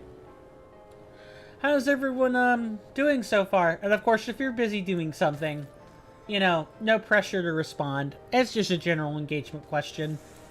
Hopefully everyone is doing alright. How are people liking the gameplay? Conversation? How are people liking the, am I being informative enough? Or am I losing people in explanation? I do not mind explaining things over and over again. I mean, everyone has a limit, but you know what I mean. I don't mind re-explaining something if that's what I need to do. I'll do it. Because everyone understands things in their own way, right? Like, that's the hallmark of being a good teacher, is you explain things in a way that people can understand. The gap in that comes in, you know, if the teacher, if like an instructor doesn't know how to explain it in the way that you can understand it, that's not necessarily because the instructor is bad. It might just be because you might have a unique way of trying to approach understanding material. There's a really fine nuance to that sort of thing. I think you're doing well. The explanations are good, and it fills the space. Especially for those of us lurking, I do my best. The brain fog doesn't exactly make it easy to keep filling space a lot of the time, and sometimes I will go a full minute or two without saying anything. I do try to be good about that, but as a result of trying to fill that space, a lot of the filling the void comes from trying to explain what's happening as it's occurring, and explaining things over and over again, or constantly talking about how the game works without fitting in other topics in the meantime is boring. It can be boring. And it can be demotivating, too, to realize that you're doing that. There are many times on camera where I realize that I'm just talking about the game and not about anything else. Granted, I'm an LP channel, and that's what I want to be doing. Especially with the YouTube streams, I'm a Let's Player. That's what I want to be doing, but you'll sound like a broken record if that's all you talk about. if your entire purpose is to be informative, really the best thing to do is the short form content or like edited long form. And I'm terrible at editing, so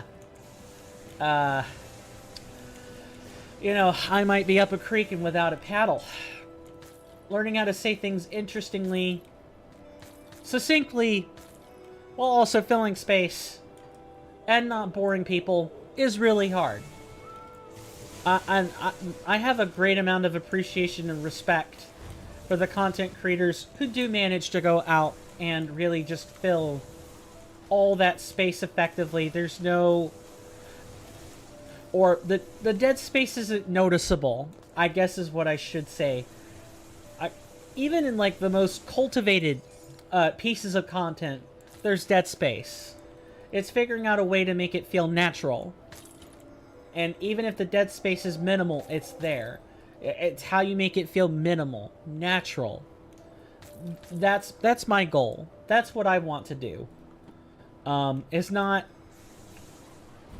I don't want to be talking 24/7. I mean, I want to fill the space.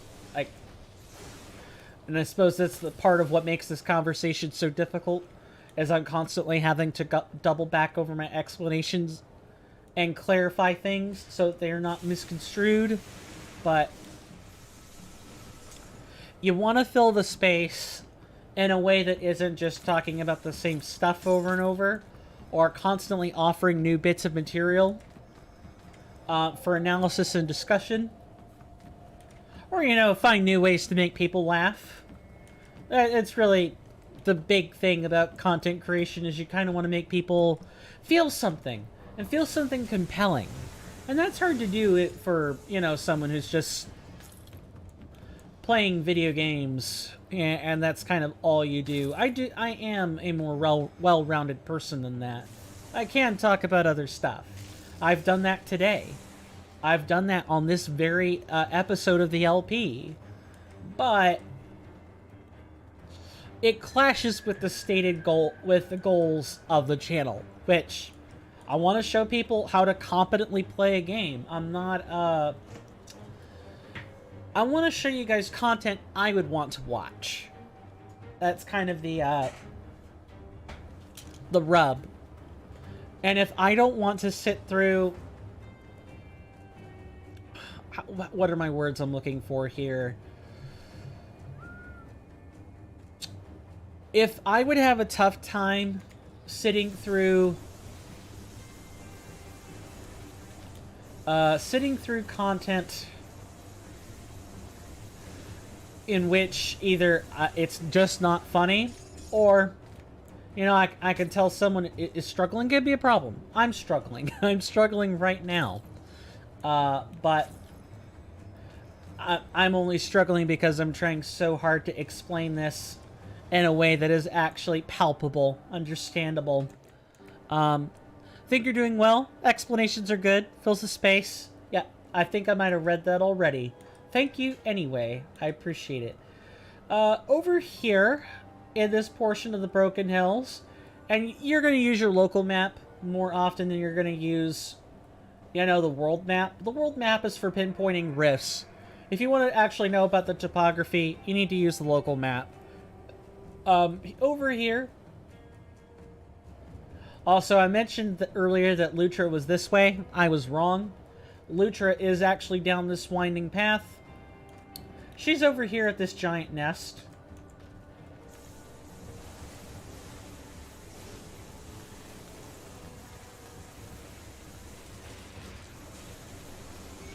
And this is an intended fight, by the way. Oh, you did, but that's alright. What monster area are you headed for next? We just killed Lutra. We are done with that. Well, we're not done with the quest line. We have to turn it in. But we killed our target. So I'm looking for Rift, or I'm going to have to Rift back to Broken Hills so I can turn that quest in. And then we're going to go to the Steps of Torment and do that quest. Yeah, there should be a rift somewhere around here. This is right before the point that starts you along the quest line to get to Homestead. Yeah, nice rushing about there. Oh, geez. Rick, hold me. Or maybe not. I don't know. Lots of grobles. Lots of grobles. Those are beastmen, by the way. The game calls them grobles. G-R-O-B-L-E-S. It's a funny name, but it describes beastmen who were once human. They've mutated, or they became Wendigo. No, they don't become Wendigos. There's a story later on when we're making our way toward Act 4 where you'll read a journal entry about a group of people who become cannibals. They run out of food and start having to they go out hunting, and eventually someone was able to find a bunch of food, and these people begin eating it. They don't even question it because they're hungry. And you don't question things as well. And eventually, as it turns out, it's human flesh. And they become cannibals over time, and their physiology even changes. Cairn is a magical place. Beast men, but no beast women? Wow. I imagine it's more like... Well, actually, you're probably right. Now that I'm thinking about it. I don't know if the grobles are like unisex or whatever. But they could also just sound the same, whether they're male or female. I don't know. Maybe the witch doctors are the females, maybe not. It's kind of hard to tell without getting an up-close picture of a groble. And to do that, we'd have to, like, open the model information, or you can look it up on Google Images. That might give you a better idea of a groble. Like, Grim Dawn groble might be the search I'd use. I would be interested to know. Not that I would want to do anything except be curious. 'Twas mostly a joke. Yeah. It didn't go swish, but I definitely used that as an opportunity to talk about something else. All the grobles do mostly sound the same, though, so it's kind of hard to tell if there are women amongst the men, or if it's just a complete sausage fest. Doesn't bother me either way. The grobles are grobles.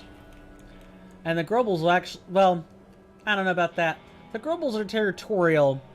Whoosh? Yes, it went... Yeah, like it went over my head. Sorry, I shouldn't have said it that way. I should have definitely used words and not automatopoeia. But hopefully people get my point. Okay. So this is your first time seeing it, so I'll kind of go over the menu now. We have a separate sort of skill system, let's call it. You have the Masteries. You also have your affinities, your devotions. You unlock shrines in Grim Dawn, and some of the shrines in base Grim Dawn you have to furnish materials for. I believe in Dawn of Masteries you just fight things. I think that was one of the changes, was you fight through a bunch of enemies and unlock a shrine. The way that the devotions work is it's separated. All of the devotions are split up into 5 general categories. And if you hover over each one, we have Ascendant, Chaos, Eldritch, Order, and Primordial. Each one of these have constellations associated with it. These constellations tend to have abilities that match up. With Chaos, you expect chaotic damage. You also expect like cunning or energy absorption, or chaos damage. With Ascendant, you'll get like aether damage, or increased casting speed. With Order, you get things like defensive abilities or melee abilities, trying to think of one in particular. On attack, yeah. Order has a lot of when hit skills, or when hit devotion. What would be the word for this? They're like capstones. Like, the payoff for completing this is a defensive ability. A lot of your like support characters will have affinities in Order. And Primordial is elemental damage, cold, lightning, fire, or elemental, as in all three. Each constellation comes with individual stars. You unlock all the constellations by gaining an affinity in something. So you always start at crossroads, and to unlock the primordial ones, you unlock it through the primordial affinity. You get a constellation bonus for each of these, enough to unlock the trees. And, as you can see, there are ones that are grayed out. To unlock a constellation to invest in, you need to complete another constellation that gives you affinity in these two things. So Tortoise is 2 in Order and 3 in Primordial. So we would need a constellation that grants that we can access from either Order 1 or Primordial 1 that gives us access to Turtle through its own completion. So here, if I wanted to, I could invest in Bull, and if I spend all my devotion points in completing this, I will eventually unlock Tortoise. The further you go out, the higher the affinity requirement. Makes sense. There are 55 devotion shrines, which means there are 55 points for unlock. Once you spend the devotion points, they're permanent. You cannot take them back. You cannot respec devotion. So, whereas with your mastery, like your mastery skills, you can go talk to an NPC at Double's Crossing, and she will let you reset your skills at a 1-to-1 rate for some bits. Iron bits. That's the currency in the game. You can reset those over and over and over again. Devotion, one shot. You need to know your build ahead of time on this. There's no taking it back. So, with our devotion, with our build, I'm fairly sure, I'm 100% sure, actually, that we want lightning damage, and we want fire damage. Those are the two things we want. Scintillist cares about those two specific damage types. And, of course, it cares about elemental damage by proxy, because elemental damage buffs those two things. So we want constellations that give us those kinds of boosters. Damage boosters are the real prize. So we are currently working on Quill. Sometimes these constellations will have a capstone, sometimes they won't, but all the constellations have a constellation bonus for completing them, represented by the affinity chart over here. So we're going to unlock this. Some of them are great. Elemental damage is fantastic. Aether resistance is like, whatever. It's not the worst. Aether damage is the top damage type used out of all the enemies here. Vitality and Chaos are like close seconds.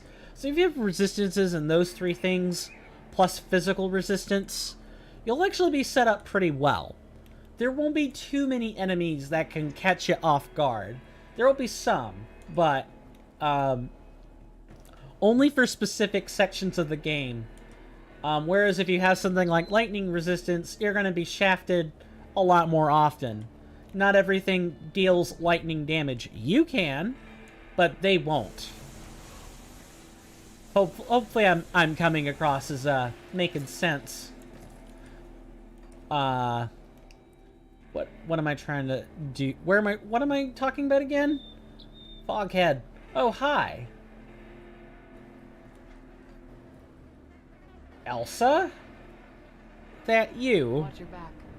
Trust no one. You don't smell like one of Cronley's gang. Are you another from Devil's Crossing? What can you tell me of this area? I can tell you it's swarming with trolls and harpies, and that your best bet would be to leave by whatever way you got here. I was headed for Smuggler's Pass, which leads through the mountains, but found it's become a battleground between troll tribes and aetherials. I guess grobles are a type of troll. Also, the cold never bothered her anyway. I know, right?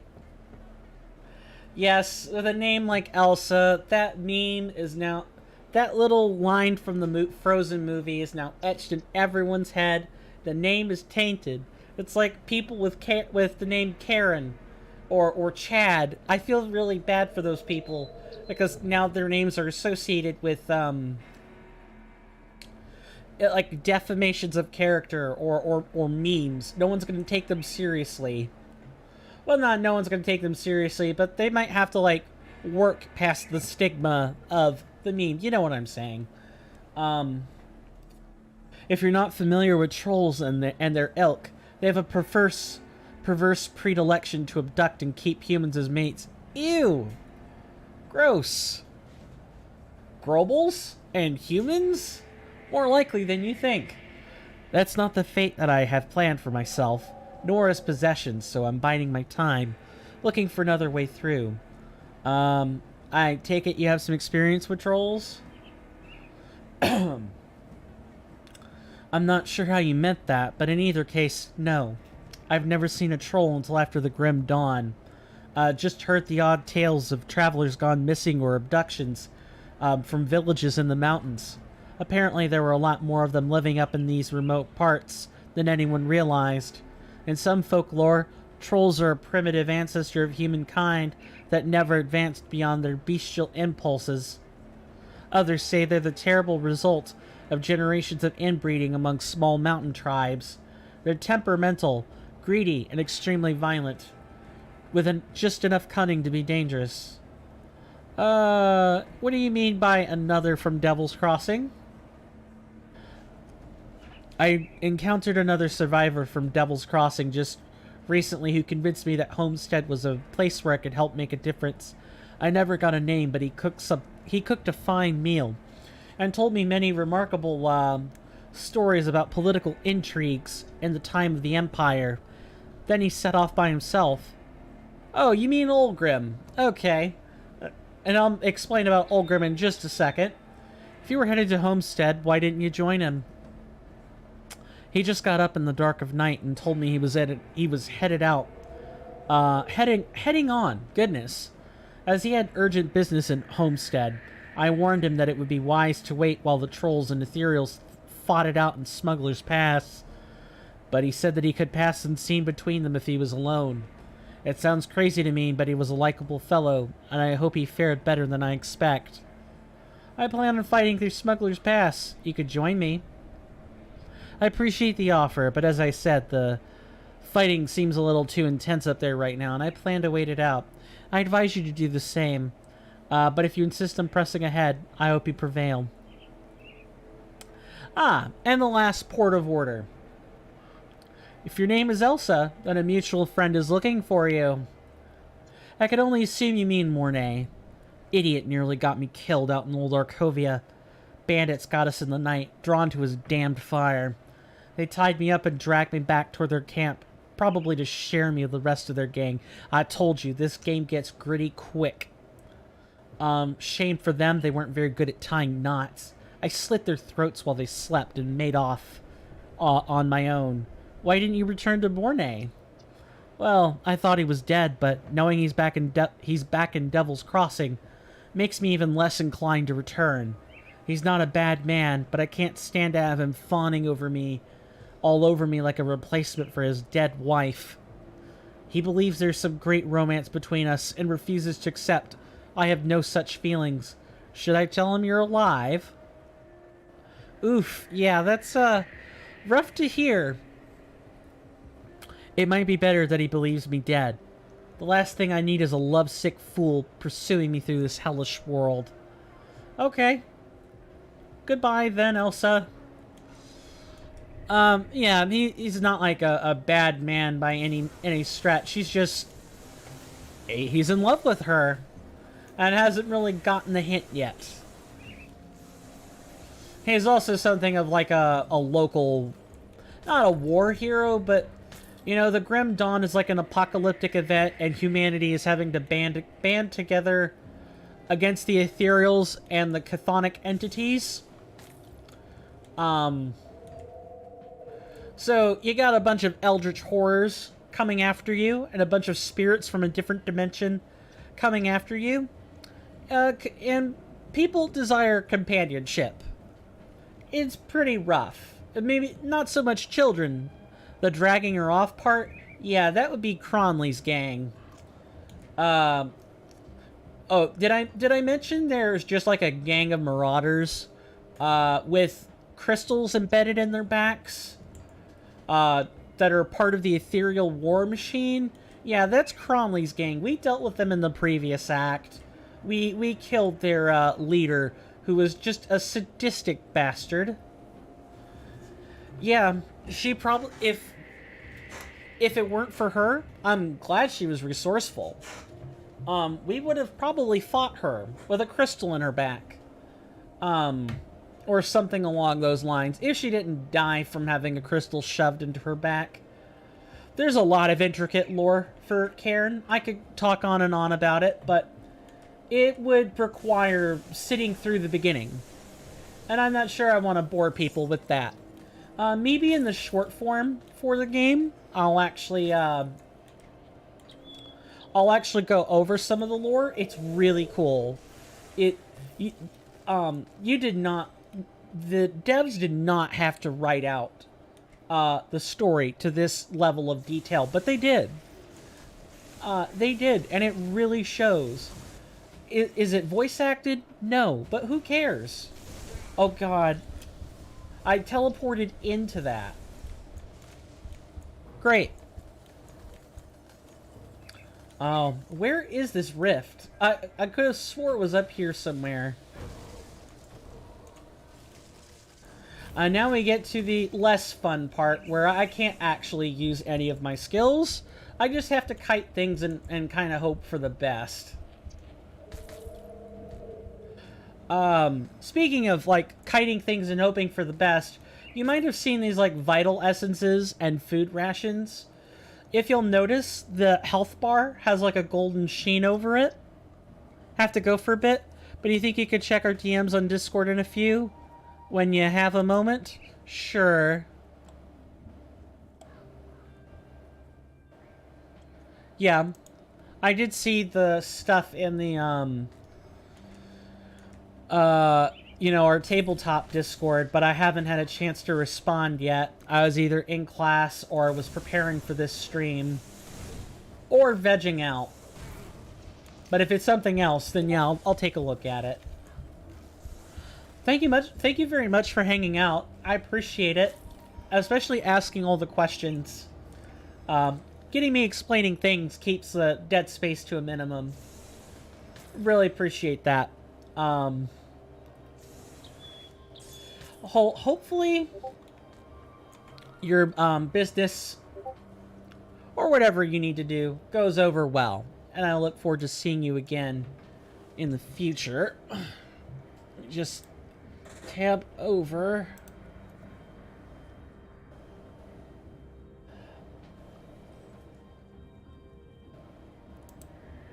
Anytime. Love you. Love you too. Thank you. And I might even see you tomorrow. You never know. Take care of yourself. Alright, so we have a serpent we want to kill. No! Oh my god, I mashed the 2 button. Also, why is that text black? I could have swore I set up the chat to, like, display on the screen, and it is. It's appearing. The only problem is that the chat box... Let me just refresh the cache.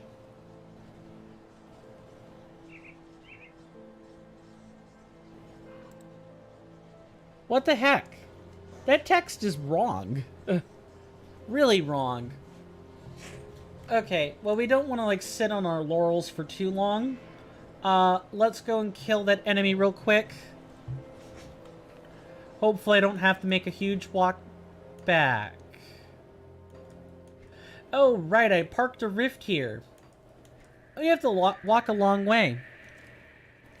Okay. We're gonna take... I think I'm gonna take around 8 minutes. I know I took 11 earlier, but I gotta resolve some, business. And I kind of need a break. The enemy's just gonna regenerate health. So what I'm gonna do is, like... It's weird. I don't want to leave you guys in silence for 8 minutes, but if I don't do that, the enemy will regenerate health. So I'm going to use this real quick to kind of, like, demonstrate or like, just show off something. The game time will advance normally if you just leave your screen like this. Don't do this if you are fighting nemesis, bosses, or hard-to-kill elites. Don't wait. Don't wait here like this. Pause your game. Escape also works. Either one of these pauses your game. Do that if you don't want to, you know, fight, like... Because here's the thing, like, it does get tougher at higher difficulties. Like, enemies will regenerate portions of health when you die. Their health regen goes up on higher difficulties. But if you want to keep your progress without having to deal with that, pause your game. That's the nice thing about Grim Dawn. It's built for single player. You can pause. You don't have to worry about time advancing and enemies regenerating health if you know, take your pauses accordingly. Anyway, I'm gonna cry about having to kill that serpent all over again. And, go take care of business. Go definitely get your stretches in. And I will see you guys after this small break.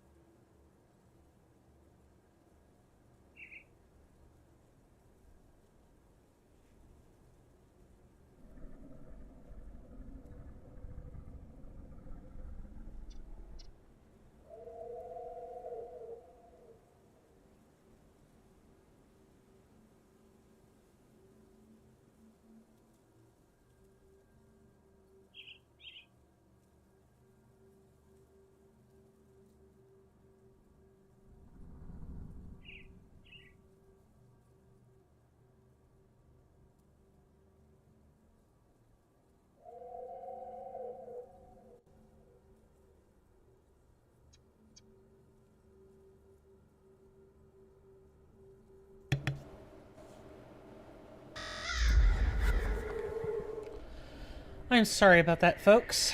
I am back. I am going to, have to immediately go be right back again. I'll explain in just a second. But for the remaining duration of today's stream, I'm going to need to turn my webcam off.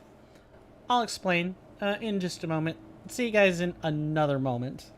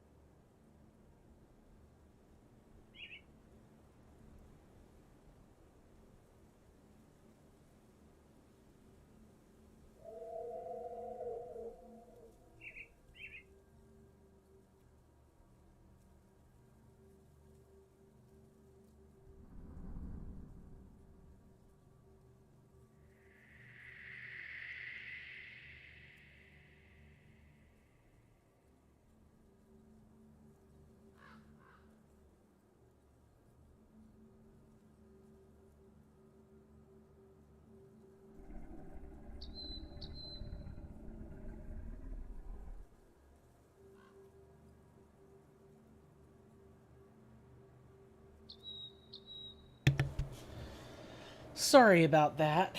So, I accidentally, just in the process of scratching the stomach while I was on break, I nicked it. Nicked my stomach. Started bleeding. That's about as much as I'm gonna say. So I went and patched up, and I immediately changed into some looser clothes.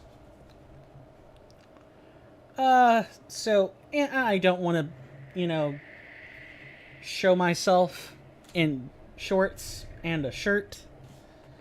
I might. I would always accompany, a casual bottom half with a formal top half. I have done sweats and the dress shirt before. I don't like doing it, but I have done it. I don't want to flash anyone. I don't want there to be any problems. So the webcam is off. Hopefully people can understand, and if not, then I am truly sorry.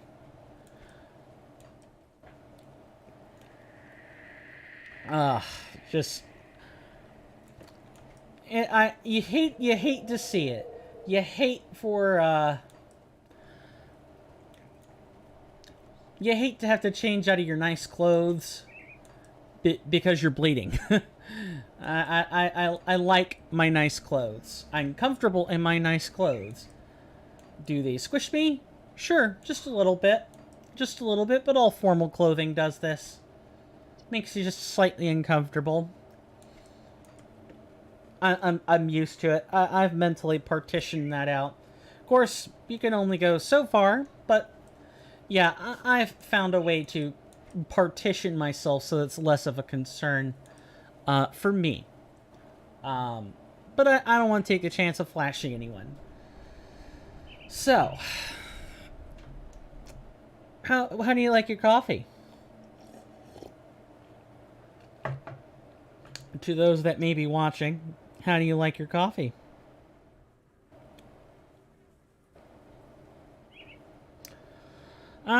I usually need creamer with mine.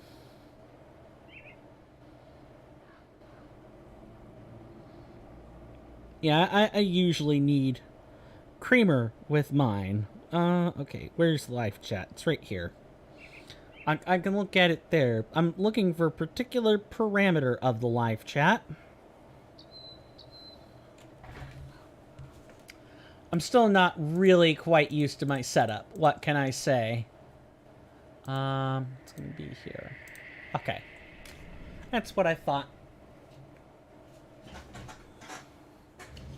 I really want to thank people for viewing the content, by the way. I really was not expecting the views. Was kind of expecting it to sit around 4 or 8 or 2. Not good. 37 is stellar on some. Granted, you know, it's been like a month or a couple months, but honestly, to expect anything at all, like getting anything at all, hi. Also, you did not regenerate. Awesome. Love that for you. Love it for me, too. Oh, but you did. Oh, I don't think so. That skill's not ready. Thank you. Yep, see, having little pets are useful. Almost every build has one.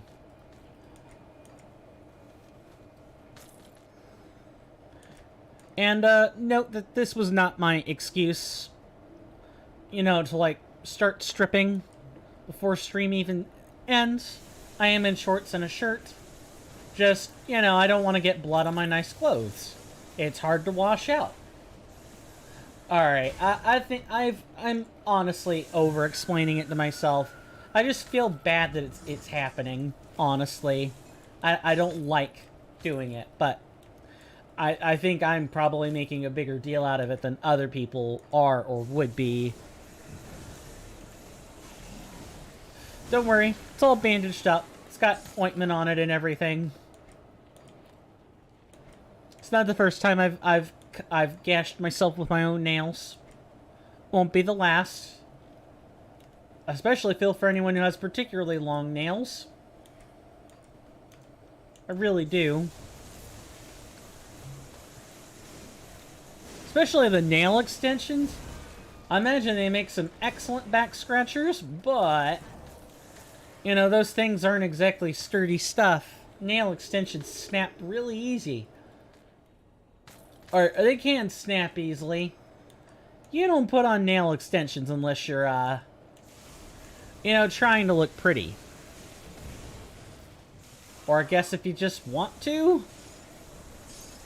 I don't know. I certainly don't think about putting on nail extensions.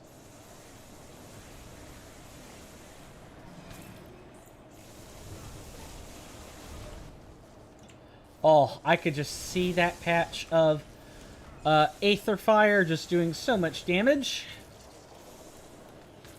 Standing and stuff kills you quick in this game. It really does.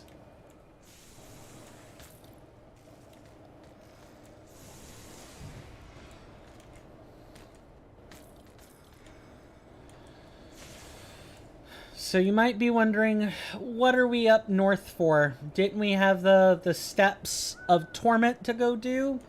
Yeah, we're just trying to make it to an organic rift, i.e. someplace that we could just kind of go back to without sacrificing our rift location. There aren't other ways to teleport. It's either the rift or it's walk. The system is at the very least consistent. If only you could get like a second rift. I would love that. But I don't think that's possible. That sort of thing tends to be hard-coded into a game that expects player teleports. And, you know, doesn't even think about players wanting to own more than one rift location or have more than one rift location active at a time. I'm weird like that.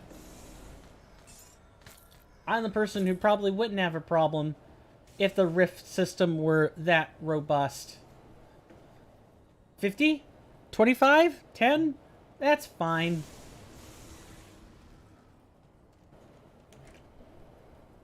I think it's up somewhere along here.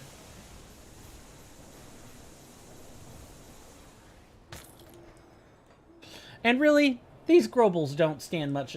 Oh, hi. Oh, right. That's right. We have to go through Smuggler's Road. to make it to where we want to go.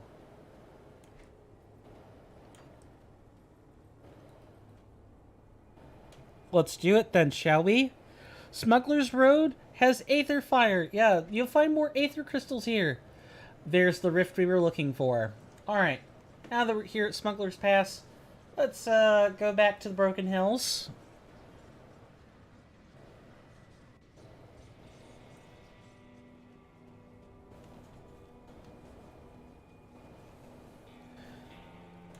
And we want to go back toward the Arkovian Undercity.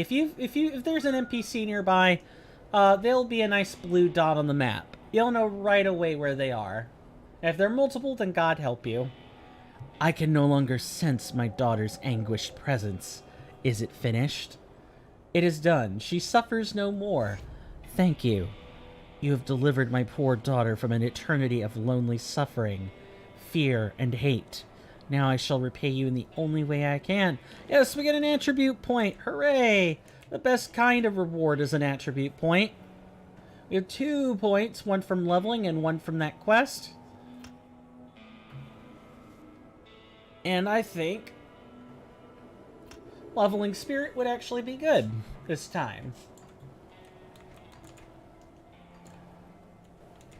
You always want to be leveling up your, you want to be leveling up your offensive ability. It's just good to do. Now, we had the Steps of Torment. This was the other place. What's our gear pouch looking like? 1, 2... Start of the 3rd. We'll have to empty before long. You have done as we have asked. I am pleased to see this. The oligarchs are gone. With their corrupted souls destroyed, this land will begin to heal in time. What I must ask of you next is a far more dire challenge. Well, what is it? The Grand Priest Zarthuzelin was the Arkovian upon whom word all Arkovian necromancers... Oh, upon whose word all Arkovian necromancers were banished to the steps of torment. Even in death, he continues to gather the lost souls of Arkovia to his mad word. The time has come to scatter his flock and erase this stain upon the world for good. You must travel deep within the steps of torment. On the 3rd floor, you'll find the priest at his desecrated altar. Purge him from this place, and I shall join you below. That's a very telling last sentence, by the way. I shall join you below? Not the quest is completed? I don't like that. Yes, the Steps of Torment are an optional dungeon. You do not have to come here at all. At all. Let's read over it. All domains have at least one additional effect. Sometimes they have 2, or even 3, or even 4. Look, there's enough space for 4. Monsters here are cruel. Critical strikes from monsters are extra lethal. Yay, I love one-shots. But attacks are more likely to miss. Awesome. We have bad defensive ability. Well, not bad, but like, it's nothing good. Armored. Monsters are nearly impervious to physical harm and armor piercing, but are more susceptible to the elements. Great, we use those. We definitely use those. So let's use them. Welcome to the optional dungeon. Hopefully nothing kills us. Nothing crits us.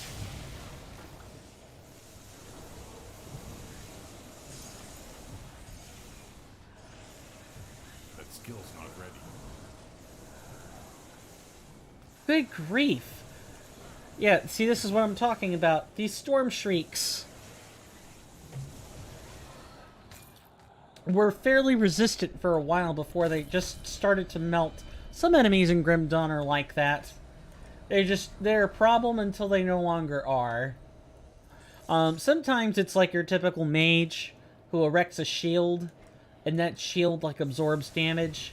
Or your spells are absorbed as energy, which is fine, but...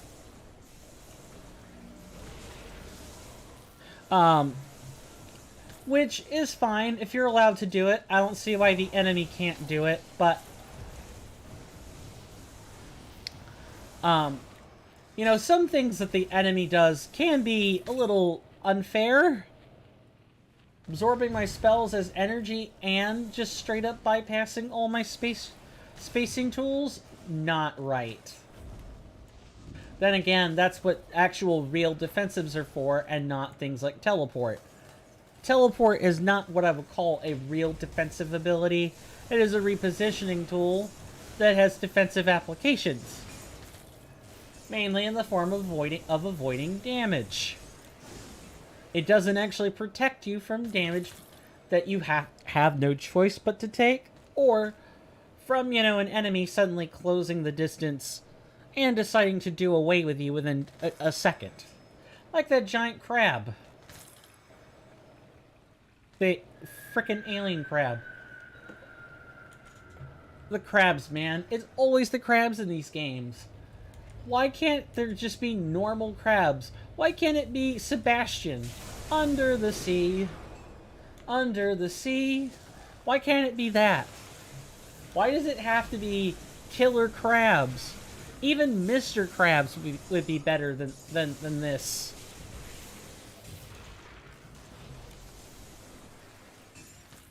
I was about to say thank you. I mean, I don't mind loot, but don't hit me, please. We could resolve this in words. Actually, no, we can't.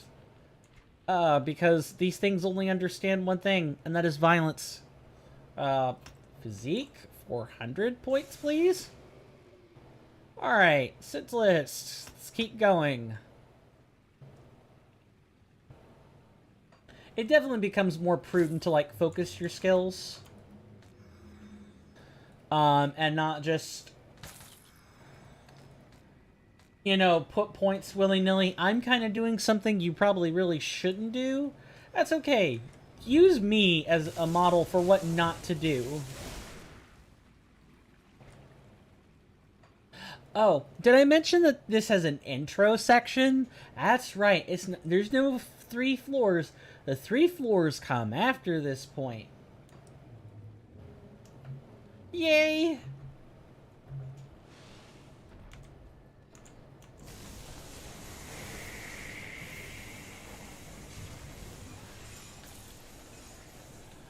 Wow, did you guys stand a chance? Oh, Lord.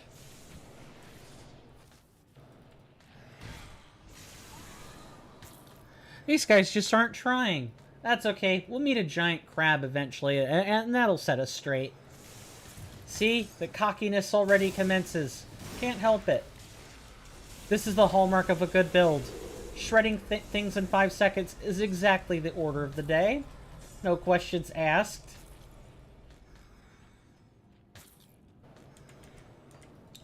And really, you kind of, with this dungeon, feel free to skip things. The only thing that the Steps of Torment care about is reaching the bottom. You only need to slay the Grand Priest. Anything else you find here is like extra lore, you know, hidden rooms, more components. I always take more components. You learn pretty quick in Grim Dawn that components are like everything. And taking a rare component as payment is usually good stuff.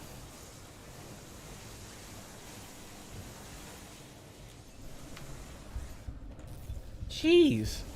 Yes, okay, I get it. You're powerful.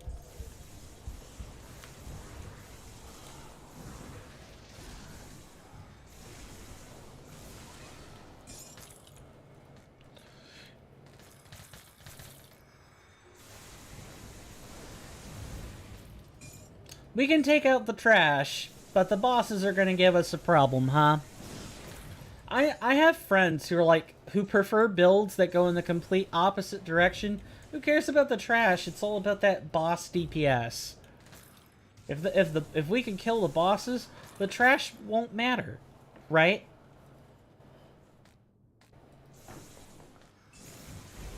Especially in World of Warcraft, I have some like raiding groupies who really just did not care about ads, like, at all. I mean, I'm the kind of person who played an elemental shaman. Okay, cleaving ads is kind of like our specialty. We're really good at focusing a single target and cleaving some others down quite well. The only problem is everyone else seems to do that job a lot better than us. And it is not in Blizzard's cards to be working on elemental shaman right now, as evidenced by the Mythic Plus, or like the, you know, the DPS. Like the top specs. I don't know why. Maybe it's elemental button bloat, or maybe it's just one of those, there's an inherent problem with how it works. You guys came here to listen to, you know, Grim Dawn and not World of Warcraft stuff. So I'm going to do my best to make sure that I'm not talking about that in great detail. But as a person whose favorite spec was Elemental, long after he gave up his chops as a paladin, it is very saddening to see Elemental at near, like, basically near bottom status, bottom tier. It's really sad. What can I say? I love hurling fire, frost, and lightning at my foes. Kind of like this build. Ah, I'm joking. Kind of.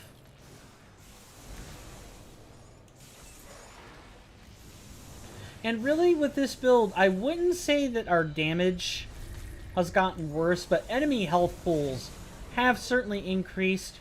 We're also running on gear that operates at level 30 instead of level 50. And that could be a real big problem. Because the Scintilla stuff really doesn't turn on until 65. That's where the recipes check out. We still kind of have to keep going. Also, the empowered stuff. Like, we're running regular robes. Like, regular astral robes. We have the empowered stuff at this point. What I might do is, like, get to the actual place we're supposed to be. And then, you know, take a detour and, like, update our gear.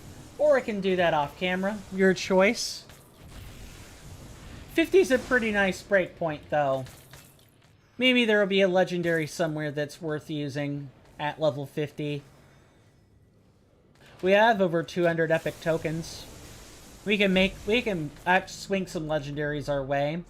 I think it's like 16 epic tokens for every one legendary.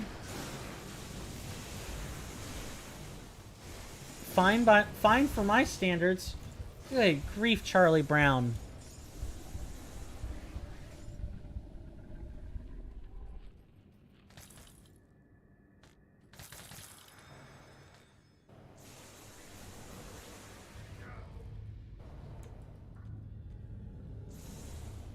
I thought for a second that guy was totally going to get up and start walking again. Some of the Eldritch Horrors do. Not all of them, but definitely some of them. I guess I should be thankful this one didn't. Yeah, see, Misery is... This floor is much bigger. I got multiple branching pathways. Creatures that just don't care about... You know, about the fact that we're a fragile wizard. We're a fragile caster hurling lightning bolts every which way. Nah, if they see us, we're probably dead. On a crackback or something. Speaking of crackbacks, I've recently gotten back, or I've gotten to cracking open Magic the Gathering again. Arena's been real fun. Mainly because, as always, the best kind of way to play is removal tribal. Who needs convoluted combos and, you know, sweeping aggro finishes when you can just pack, you know, 30 pieces of removal, and approximately 5 to 6 of those are board wipes in Historic Brawl. So that's like the format of choice for me. I love Commander. I love Historic Brawl. Those are good ones. I don't have the most broken cards for Axis in the pool, but I like what I do. The salty concedes are some of my favorite things to shoot for. And yes, I am your counterspell gamer. I will pack 30 of them. If I'm in a blue deck, I will pack 20 of them. Hopefully the counterspells are attached to creatures or something, so I could be advancing some kind of game plan while also countering the spells. But I like the salty scoops. That's my real win condition. People snap conceding to my commander is probably that gives me great joy. People will scoop over seeing Mordenkainen or Mordenkainen, excuse me, or Lear or a Lear of the Disciples, something like that. Or other brilliant blue commanders, or even Vadrik, the blue-red spell-slinging commander. Like Human Wizard. People scoop to that all the time. Because, and I'm also a dodge and burn counterspell gamer. It's like, dodge and burn is like my favorite playstyle. I'll counter your stuff, and then hit you on the crackback with a lightning bolt. Like, when my turn starts up, or at the end of your turn. It's great. Great. Oh, God.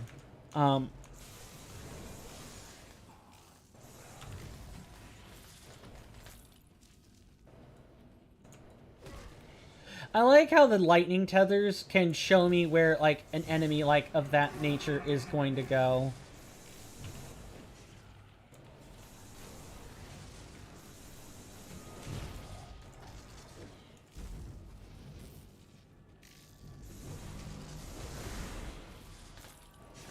But, Magic the Gathering's been real fun. I like it. And I've probably been an avid Magic the Gathering fan for... See, it's 2023. Probably around 2010, 2011 was where I got some of my better cards from. Not enough dynamite. Luckily, this isn't the part that causes us to not be able to use our rifts. Oh, we never did talk to Mornay. Let's fix that. Also, we can empty our... Well, emptying our inventory is kind of a meaningless... There are a few people I hold in high regard, and I count you and Bourbon among them. Thanks. Spotted Elsa. You have no idea how relieved this makes me. I must go find her. You're probably right. I just wanted to patch things up. Elsa's a lot like my wife, you know, before the aetherials got her. At least I know Elsa's safe. It's good to let go. I wonder if you could tell Mornay to go after her. I don't want to. I don't want to enable, you know, a chaser. But at the same time... love is an almost unstoppable force. And it's hard to resist. Many men have been many human beings have been the victim of their own emotions. Don't worry, we'll clear out our inventory before doing what we have to do here. Hopefully we make it in time, but... Oh, I never grabbed the dynamite. What the heck?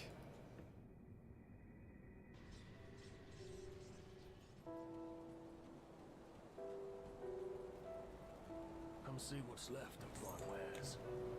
Sure. If what's left of them... If by what's left of them you mean the only thing I'm interested in? Sure. Alright, treasure chest.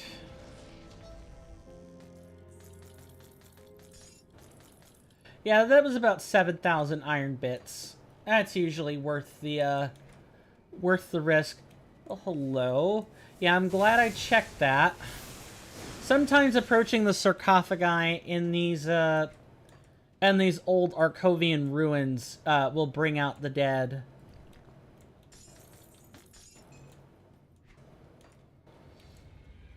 Right, set up 2 of these.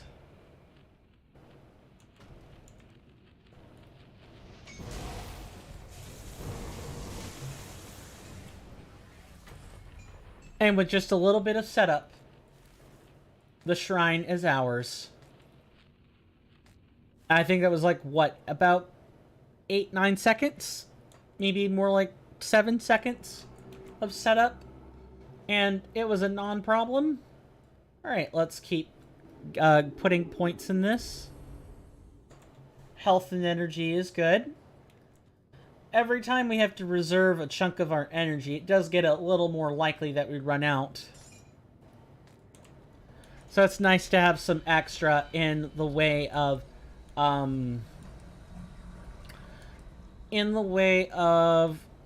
devotion rather than you know, mastery points, which are getting harder to come by. We're still getting them more often than devotion points, though. Something to be said for that.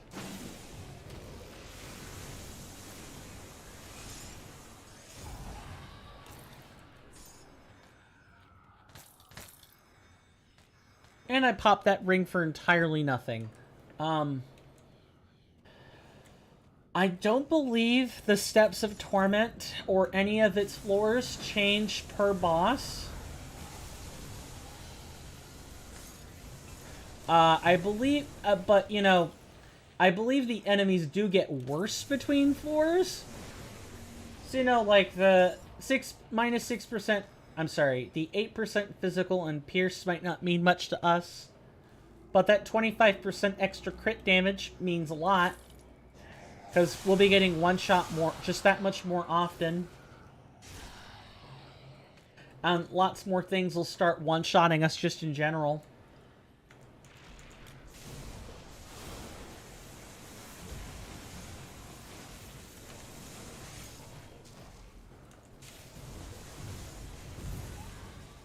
Oh, yeah, I was about to say, don't get stuck there.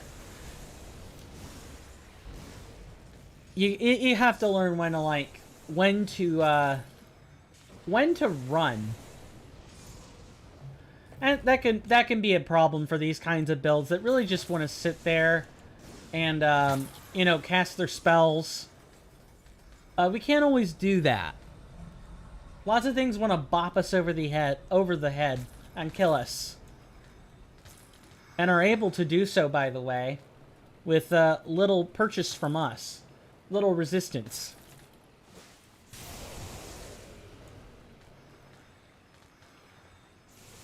Also, we're level 50, which I believe unlocks some of the mythical relics.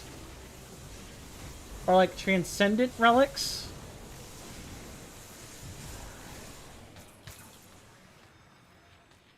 Which, of course, are going to be better than the stuff we have. What I might do is, like, go ahead and make the gear swaps off camera. And then the next time we play, I can just show you everything I've done. That might make more sense. And I do want to show you guys the kinds of considerations I'm thinking about making. But if we do this, then I'll never get to show you this place that I'm wanting to take you. And of course, if we don't get there by the end of the stream today, I will have to... What is this corpse? Okay. That corpse just decided it was going to be sliding up and down the, I guess, the asset there. And it just didn't stop. It was like boogieing. Boogieing? Wow. I can't catch a break with my English.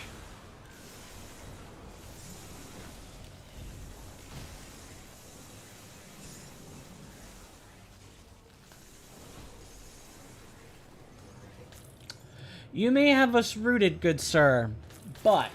Oh, well, never mind. You may have us rooted, but you weren't able to do much more than that. That's always a good feeling when you know that your build is doing everything it says on the tin. All the points you invest, they actually mean something.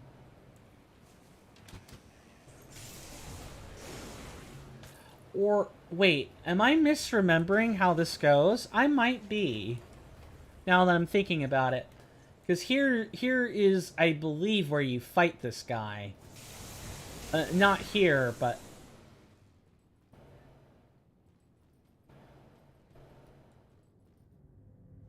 over there is like... I can just... There's an Aether Wraith in there. Yeah, sure enough. Alright, let's park a rift right here. Put our skill points and stuff, of course. And we're gonna want health. Just trust me on that.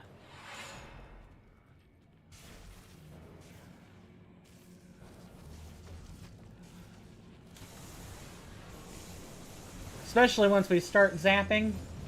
Yeah. I can't do that yet. Yeah, and Zarthuzelian, does so love... Oh, we already killed him. Great. How... wait, how... Oh, never mind. Okay. The writings of Zarthuzelian. Okay, I said Zarthuzelian, it's Zarthuzelian. Let's find... Let's organize all this. And all this.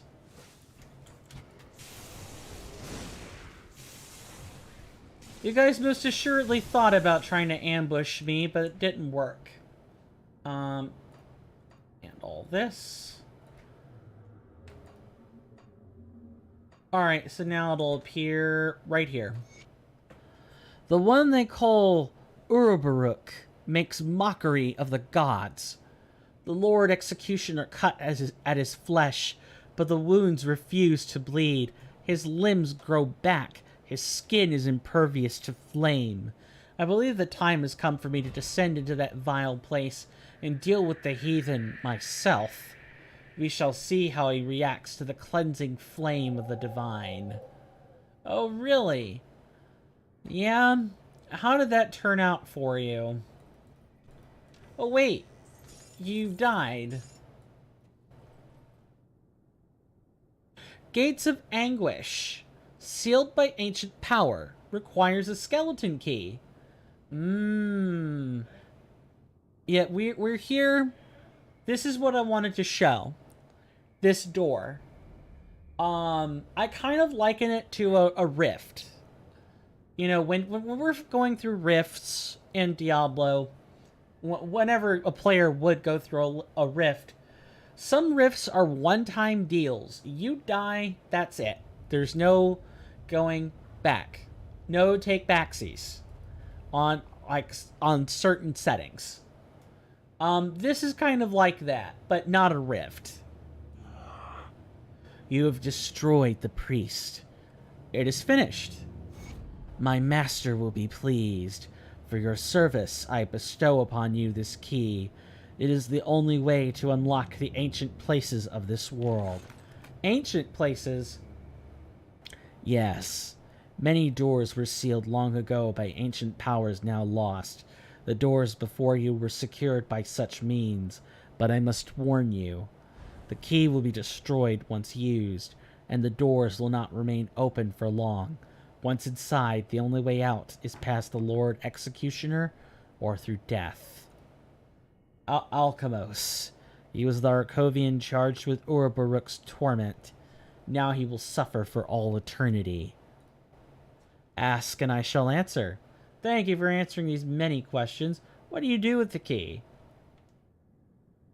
It will open many ancient doors, including the ones before you. Yep, Can I reopen the doors?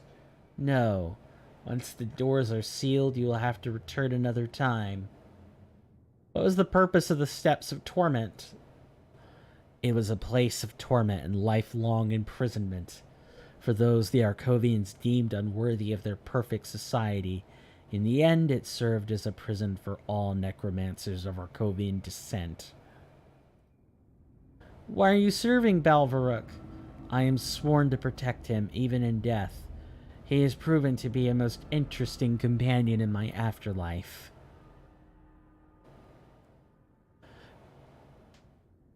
These doors were sealed off by Urobaruk himself, after he doomed the Arkovians to their lifeless fate.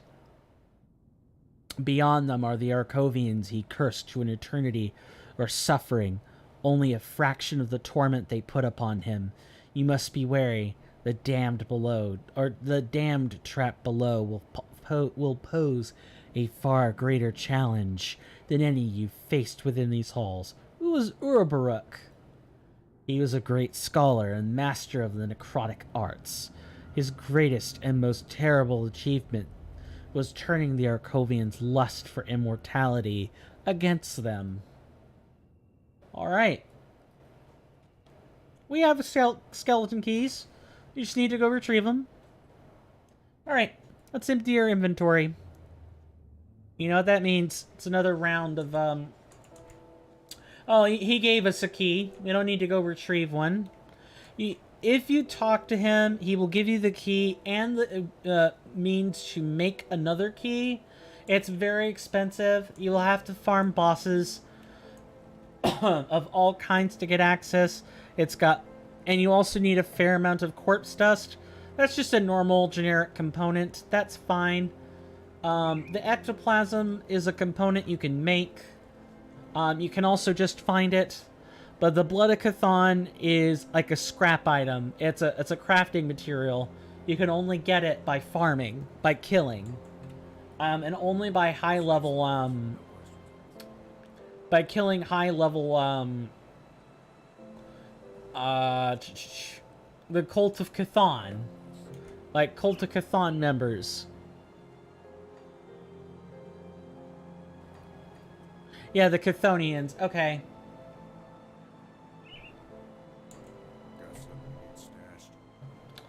Alright. Let's just bulk all these in. Same with the scrap.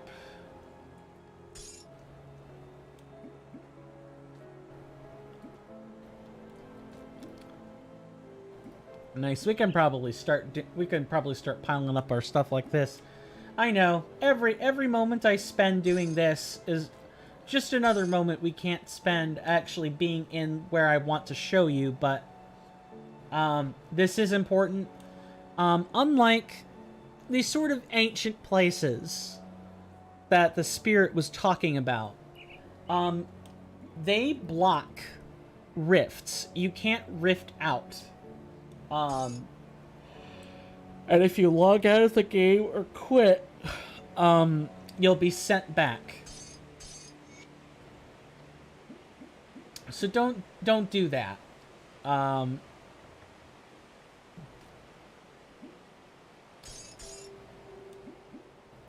just completely blanked on what I was trying to say. Yeah, you definitely don't want to be logging out of this ancient place. Admittedly, that's what I'm going to have to do if I show you this now.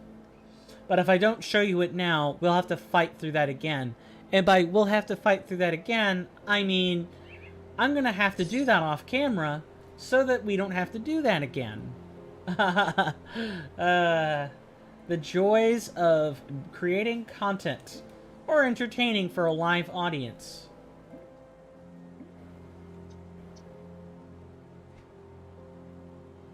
Alright. Tired. Sorry. I didn't have the best sleep today.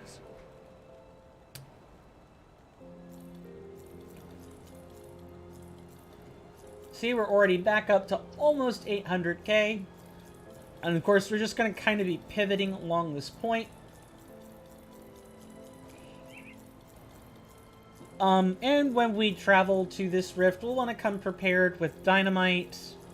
We'll want to take some consumables. It's almost like a raid, kind of. It's almost like a raid dungeon in World of Warcraft. you totally want to come in well stocked, because you're not going to be able to leave once you start. Or, you know, you'll start over and lose the key. Your choice.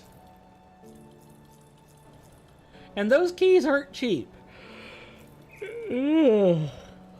Sorry. I'm trying to mute my mic for the next few.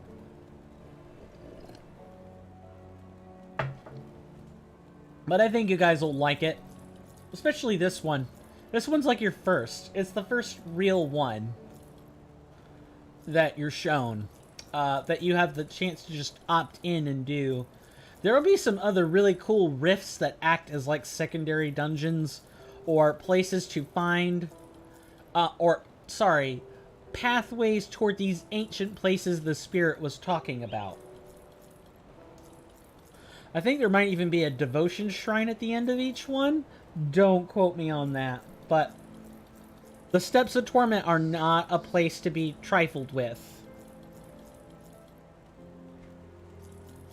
They are a place for many soul-crushing deaths and endless grinding if that is what you want to do.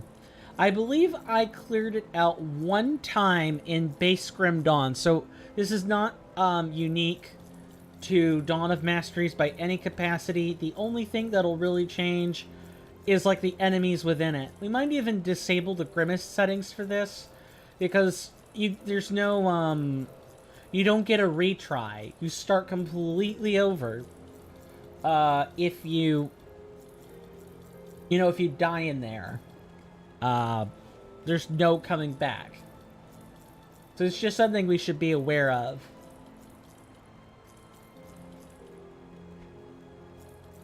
We have to kind of take it seriously.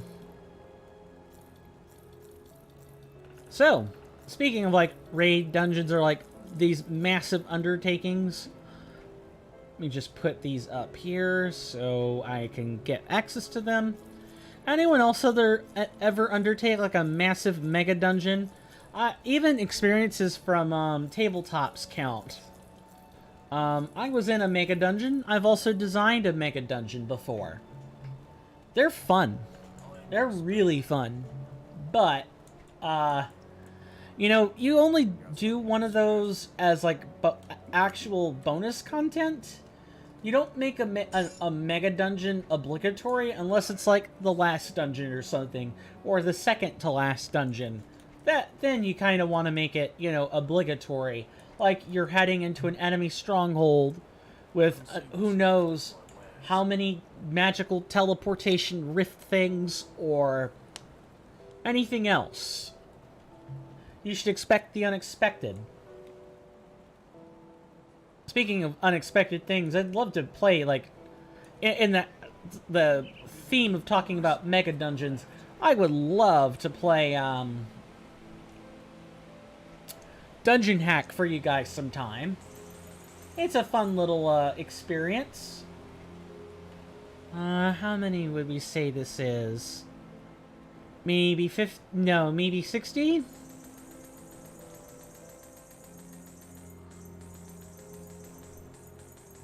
See, after we sold our gear, we had over, like,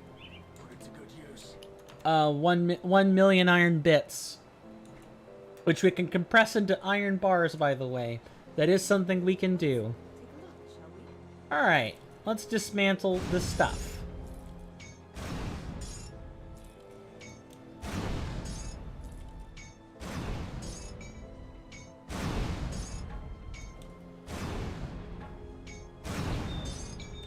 This tedious task, this thankless task, is cruel.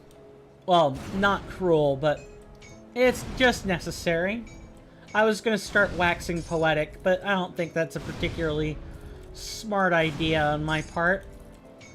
It's just a tedious and sometimes boring part of playing through the game.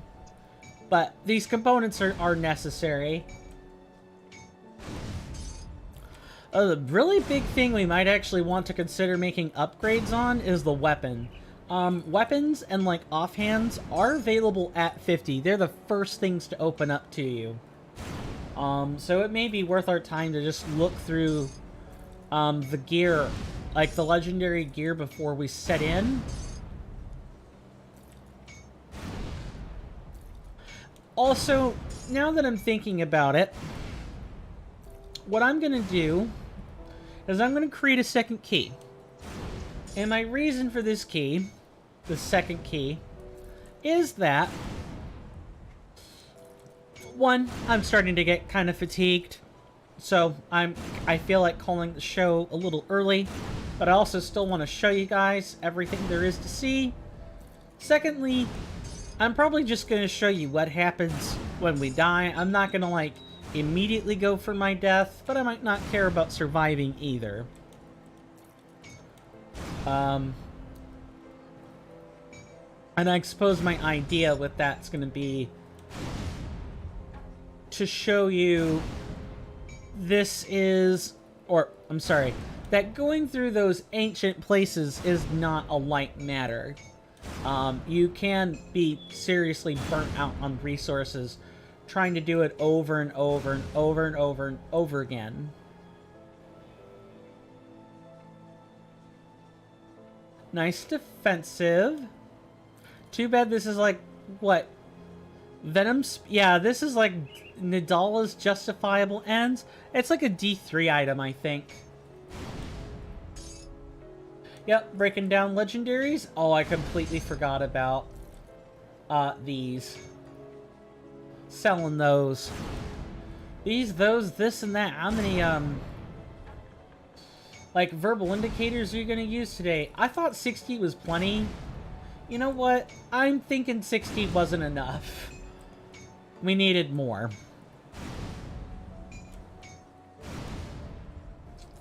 All of these components are...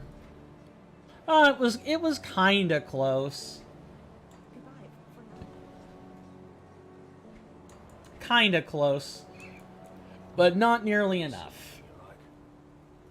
We need 2 just from there. Let's also sell all these rares I totally forgot about.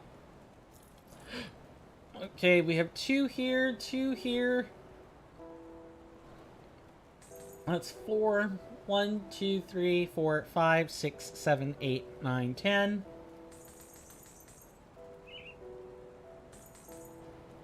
One, 2, 3, 4, 5, 6, 7, 8. 1, 2, 3, 4, 5. 27. And we'll want another 10 for the road. At the very least, another 10, maybe even another 20 for the road.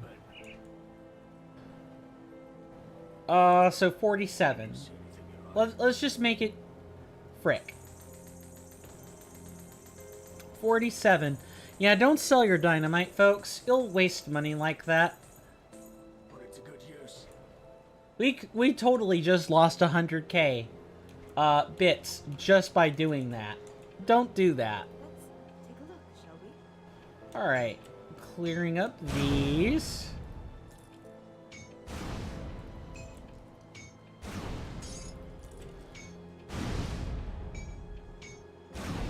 So, what's everyone's feelings regarding the game? Everyone like it? Hope so. I like it. If I have to, I'll go over stream time to do this. Just show you guys this. I do want a good running. I won't go that far over, maybe 5-10 minutes, but I will, in fact, you know, I will stay over to get her done. To use the turn of phrase. Ooh, we even got an extra blood vial. Blood of Cthon, the Void God. Oh, apparently it was more than 27. It's closer to like, I don't know, 32? 22 is still plenty.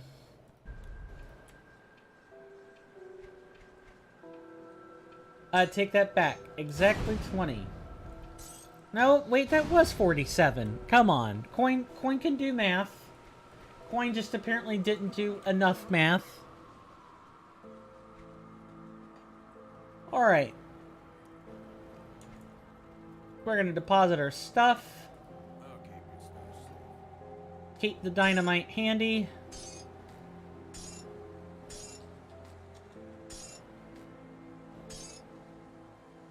One, two, three, four. Oh, look. More resources. Okay, do we have any keys in here? No. We only have chthonic seals, which were kind of key-like. Kind of. Seals could be keys. Alright. For this, I think we want...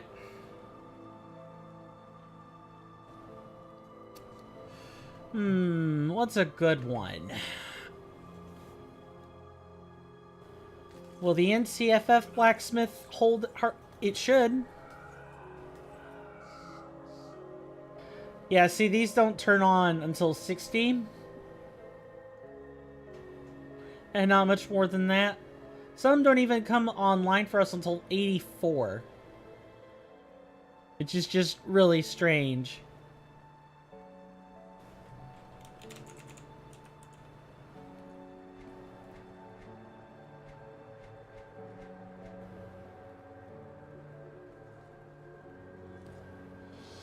Ah, yes, here. So we actually do want this. Cold lightning. All damage is good.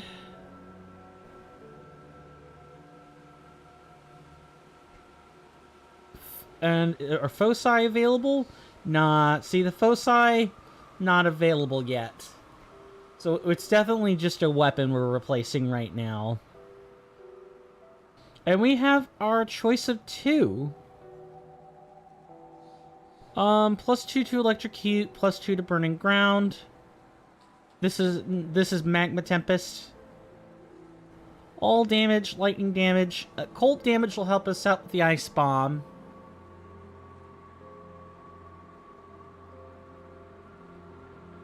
Oh, we even get some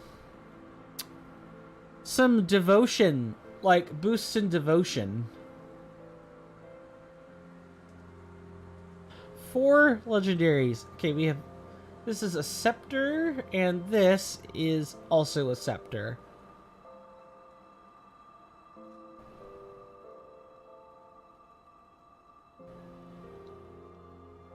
One's a passive.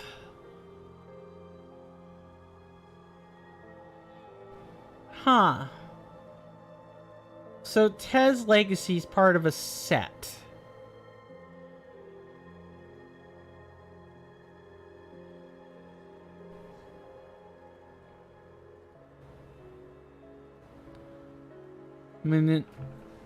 What was that? I thought I saw an insect fly by. That's alright. So... we got Oao's shirt and the Te vestments. The visions of another dimension and the prophecy of fire. Oh, this is available right now? Interesting. Okay. Oh, one is a... okay. Sorry, I'm doing a lot of whom-ing and ah-ing instead of actually explaining what I'm thinking. I guess I just wasn't expecting some stuff to be available. You know, if it's available, we should use it. Let's make that scepter.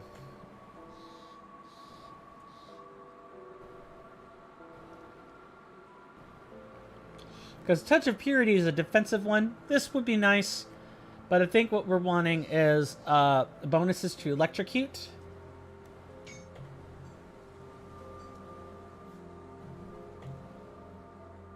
And we'll want to replace our Empowered Lightning Nova with like a different component entirely. Safe storage, no questions. It's safe with me. Promise. And I believe we can also make legendary tokens. We sure can. We can make 16 of them.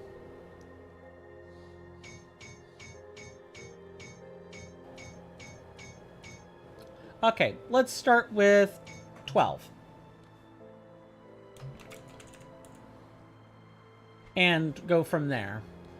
Alright, so the gear that's available to us now would be the OA's shirt. We aren't exactly losing a whole bunch. Shirt gives us... We lose energy regen. That's interesting.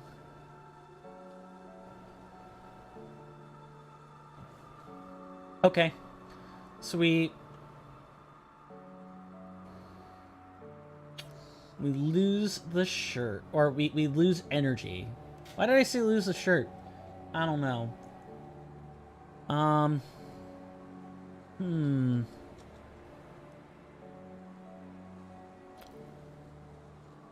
Also, all these things give us skills. I just want to point that out.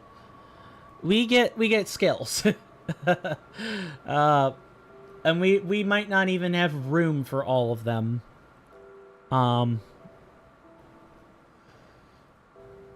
Oh, no, I see it. It's 6 energy per second. Never mind. Never mind. Alright, let's just take one of these. What's next? The hands also have the... Oh, we don't have enough physique for this.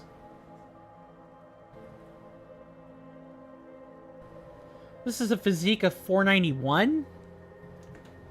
I wasn't expecting that. Okay. Good to know. So I guess we'll skip out on that.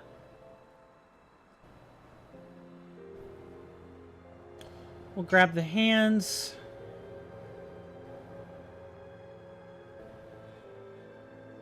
We lose the skill disruption, but... we lose, like, getting hit for a skill, but we gain a much better skill. Like, we do crit a non-zero amount of times. And with the fast casting speed, we are generally going to be critting more often than you think. It just depends on what we're targeting, what we're facing. Might not be the best showing of it while we're in here. Alright, we have these legs. Lightning, Aether, Electrocute.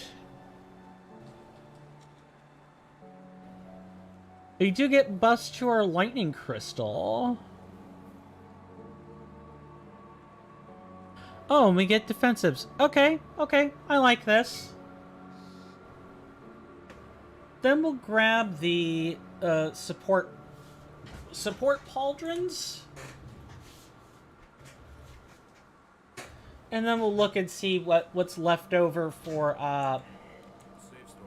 No questions. like I said, I will definitely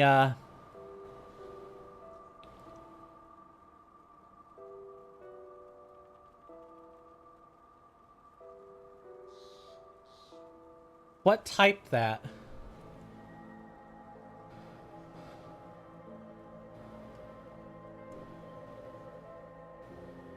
Wow, the bot just kind of spat all that out at once. Okay. I'll keep an eye on this. We want to be making more tokens. We need another... Oh, goody, we have exactly 4.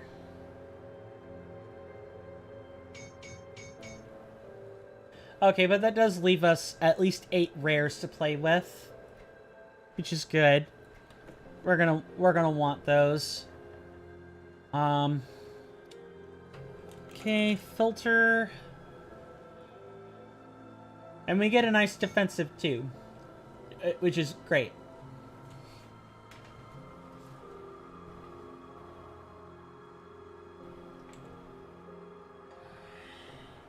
Safe storage. No questions. In terms of Grim Dawn stuff, let's go look at that legendary merchant. There should be an offhand we can use.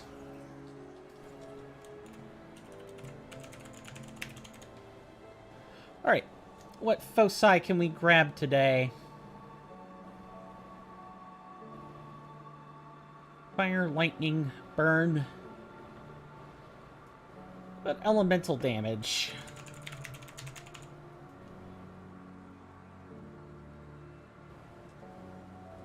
Sorry, just kind of taking a second to read.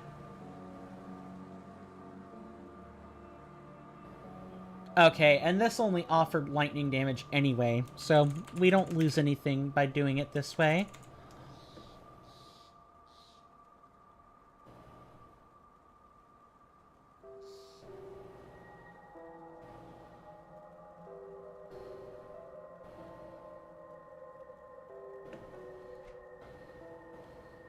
Granted, we only have one token, so we're not really going to be doing much of anything.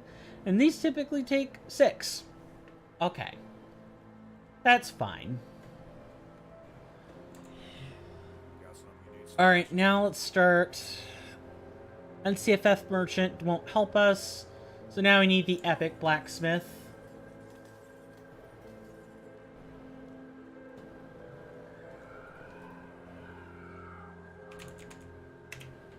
So we have the Empowered Starseer's Court. Okay, that's not going to work. So instead, we want to try to find... Oh, perfect. We got one we actually want. Storm Surge. Bearing in mind, we do not need to purchase...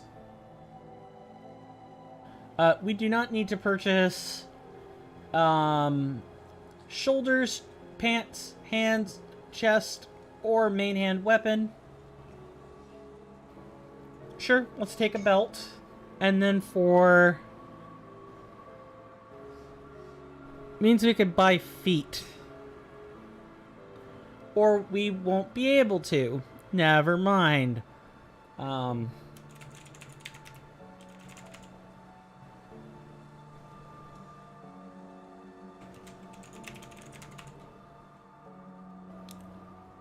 Don't have the physique. Celicor's March. And we're not of the correct level. What can I say?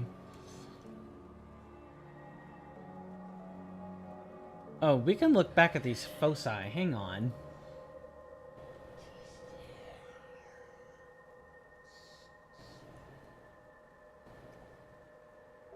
Can we find one that actually works? Fire, Aether...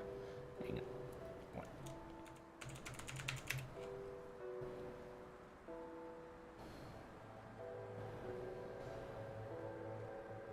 Sorry, I'm not talking a whole bunch. Just trying to think about these things. I guess it would be this offhand? Yeah, it would be this.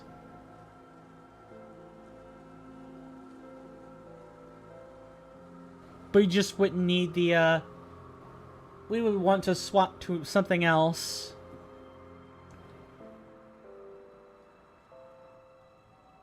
That's a really interesting one. It's just we're not a demolitionist. Although, actually, come to think of it,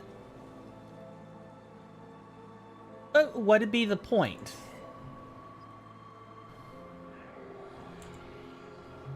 I can't believe we actually managed to burn through so many tokens. I'm actually kind of taken aback by that.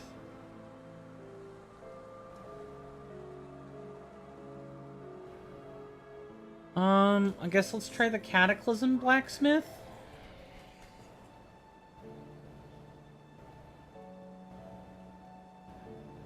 That'll do it. Okay, so we want to move to a blue. So we have the Dark Core.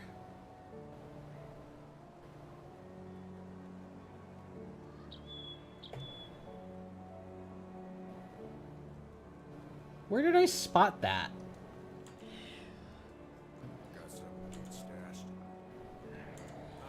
Dark Core might have been Grim Quest.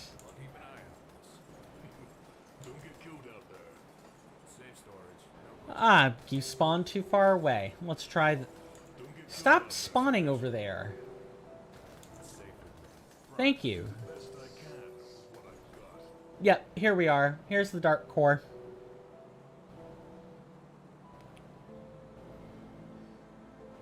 So, let's see. The mythical relics are 70, 60... Okay, so we can't use... Oh, never mind. Just have to find the right one. Yeah, you kind of don't want to... This isn't a bad one to sit on, mind you. But you definitely don't want to be sitting on these forever. So you have 33% chance of 23 aether damage. Huh. I actually don't want this. Oh, it's not the worst. Certainly not the worst. Elemental? If I could spell?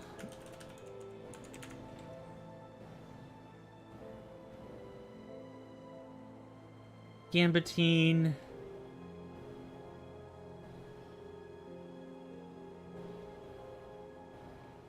Or Gambitane? Something like that.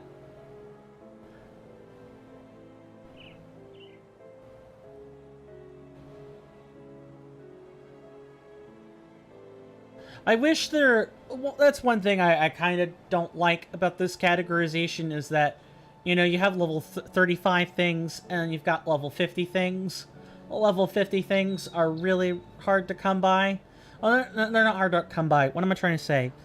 The level 50 ones and the level 35 ones kind of blend together. You just have to read the tooltips.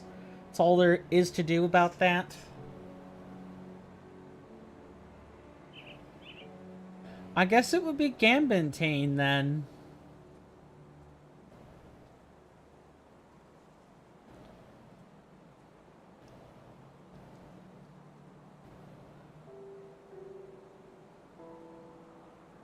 Huh. Beautiful plants. Right.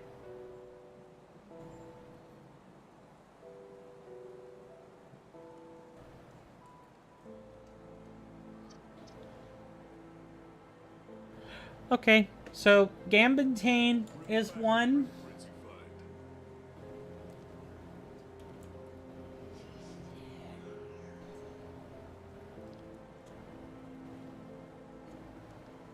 Oh, why am I... That's Cataclysm. We don't want that.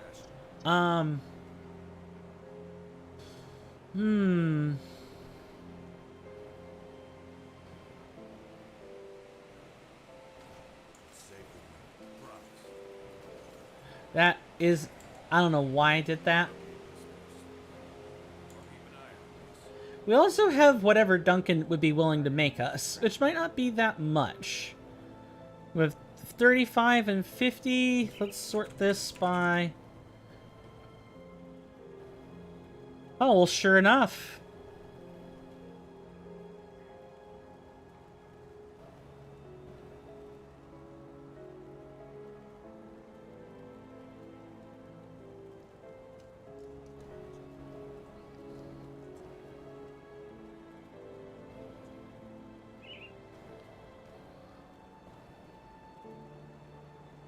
Okay. So Desolation is also a nice one. Lightning, Electrocute, Attack Speed, Cast Speed.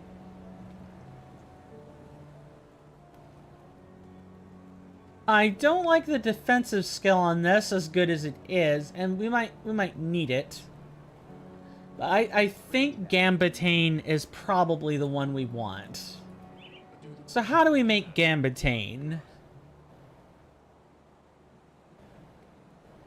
Gambitane, yeah.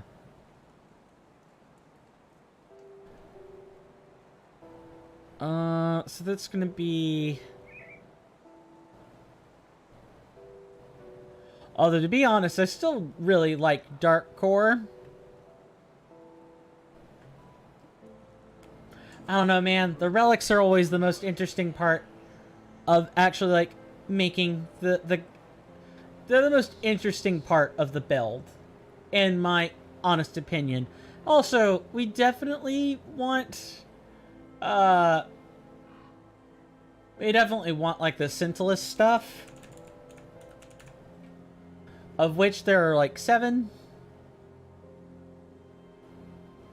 And all of those are just like, you know, attack speed, cast speed,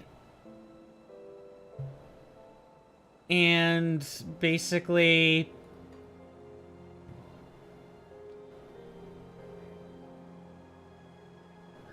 you know, a bunch of passive conversions. So, I don't know. On one hand, this is good. On the other hand, Dark Star offers us, or Dark Core, excuse me, offers, and relics of that kind actually do offer us, like a different attack dynamic that we wouldn't get otherwise. Skill boosts can't be everything. They're good, but they can't be everything. Alright, so... range two-handed technique. Oh, I see. Okay. So we would actually lose out. We wouldn't even get this, because we have a scepter and an offhand. Okay, so going back to this...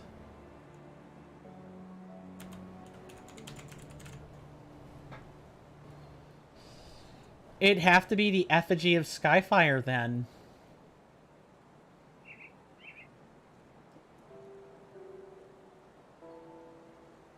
Which kind of sucks, but... I mean, it gives us some aether damage. I don't know. We're not critting that much, though, all the time.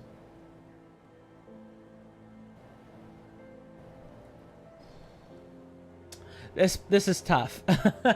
This is really tough.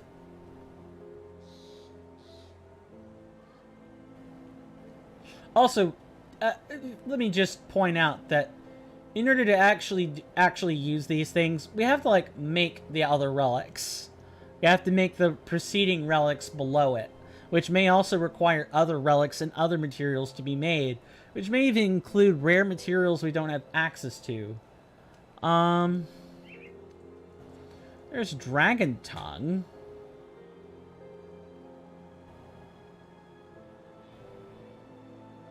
But that's essentially just Dark Core, but at a higher level.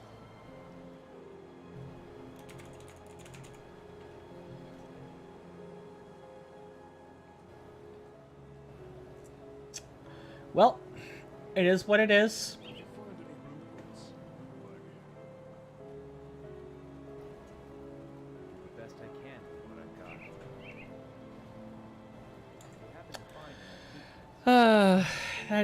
That is just so sad.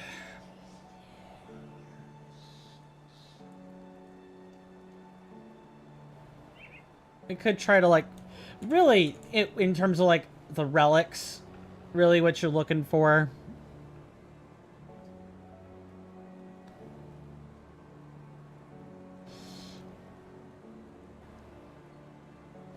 Ah, this might be what we're looking for right here. Tempest Insignia, crit damage, lightning, electrocute, spirit, offense, casting speed, which does help us. You know what? Let's grab it. Let's grab it. We're gonna lose this eventually for something else, but a lot of the other relics that we'll get later on will just be better for us. Alright, so we have an amber, which we could strip out of here. The Tempest Insignia... okay, so we need this. We need to make the regular one to make the empowered one. Alright, let's go strip a, component. Hopefully we don't lose the ability to, use it. That's the nice thing about components, is it's a split requirement, or about, implements. They're split, they're split, like equip requirement. You only need but so much physique to use it. Keep add-on, please.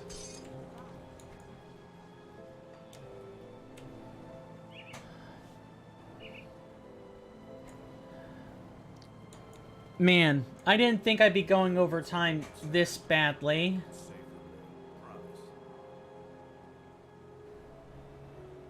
But here we are. Don't get killed out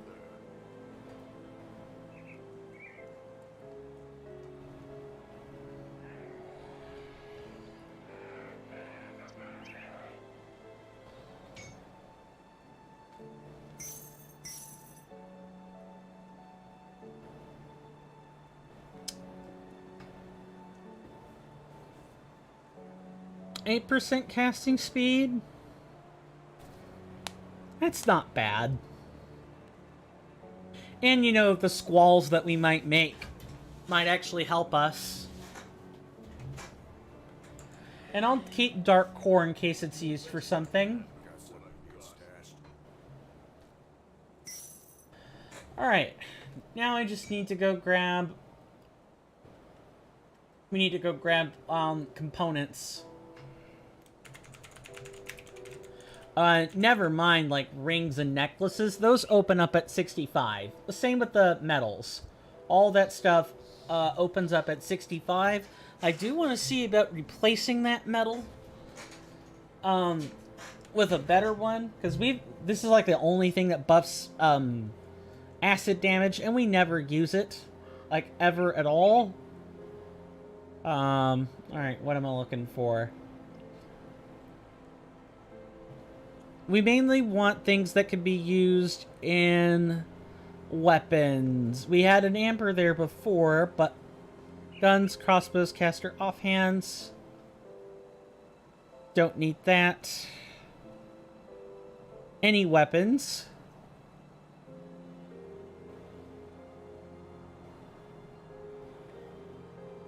Rings and metals.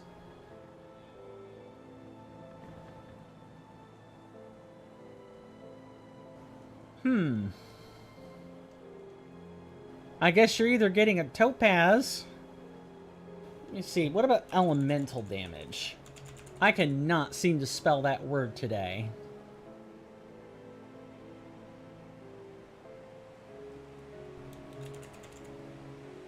Or actually, we might have to make the component, now that I'm thinking on it. Do the best I can with what I've got.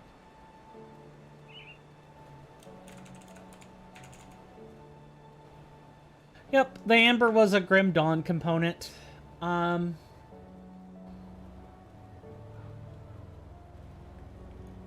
Guns, crossbows. Huh. Elemental damage.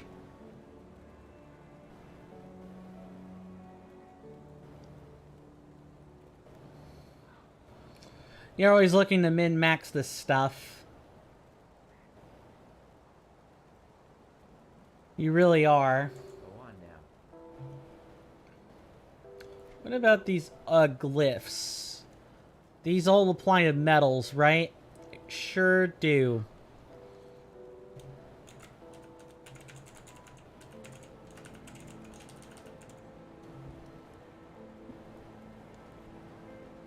And these glyphs, I think, just give activated abilities, if I'm not mistaken. Yeah, the glyphs all do that. I haven't ever used these before. I'm thinking the glyphs come into play at a later point in the game, when you're about this level, so forgive me for not being completely aware.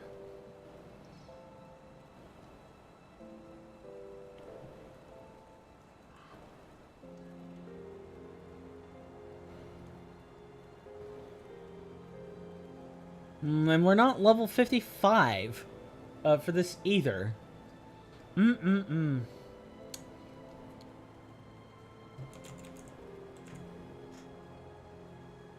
What can we do?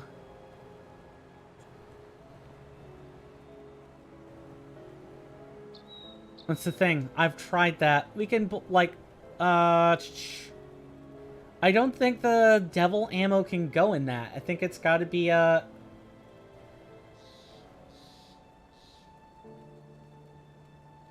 we can try, like, a cold stone or something? I just don't... See. A Hell's Bane ammo. Ah. Maybe that's the problem.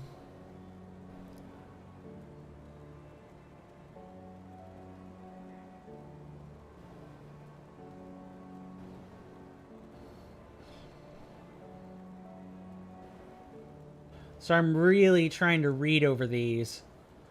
You know what most of the components do? You know what they're good for, but you don't necessarily know all the finer details until you actually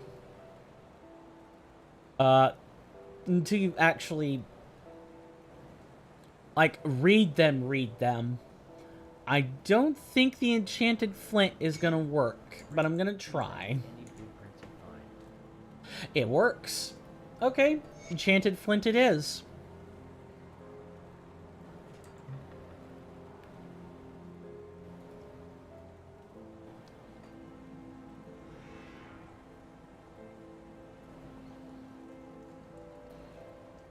I'll take it.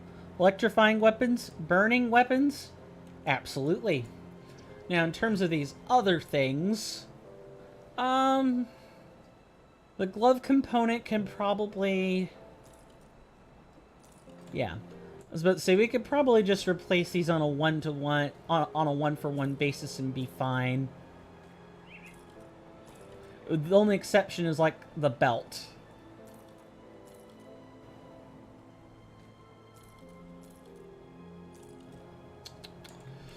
Now we just proceed to salvage all these lovely components. And then we should be right as rain. Because the components themselves aren't wrong on the pieces of gear. The gear is just out of date. Maybe the scales. The scales might be the one that I analyze over again.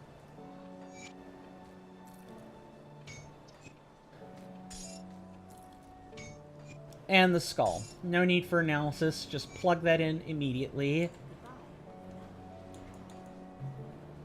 Boy, don't we look like a clown circus. We'll fix that soon enough. We'll look at components pertaining to shoulder. Of which there's only mutated scales and scaled hide.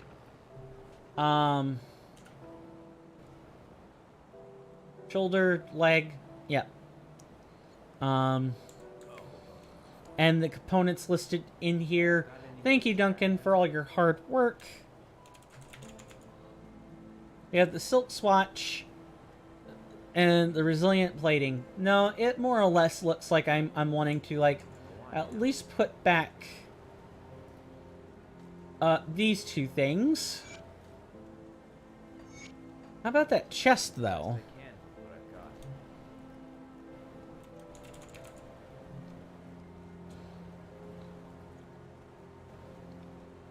Resilient plating, sanctified bone. Hey, don't get killed. And did we collect anything, or is it just? Safe storage, no questions. Ah, we could put these runes on.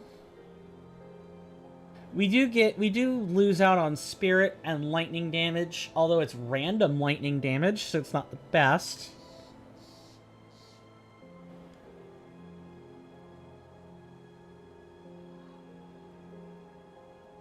Spirit, casting speed, energy cost. Sorry, just trying to think. Vitality, burn, attack speed. Nope. Ooh, bindings of Bismiel. Oh, but it's 20% to all damage, which isn't bad.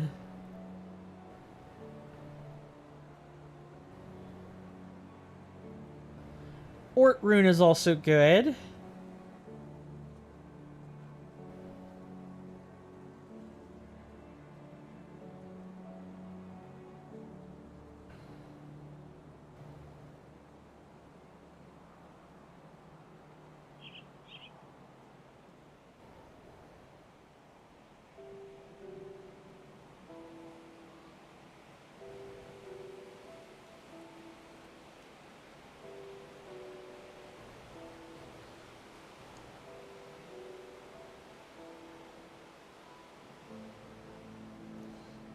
Think it might be the Ort rune.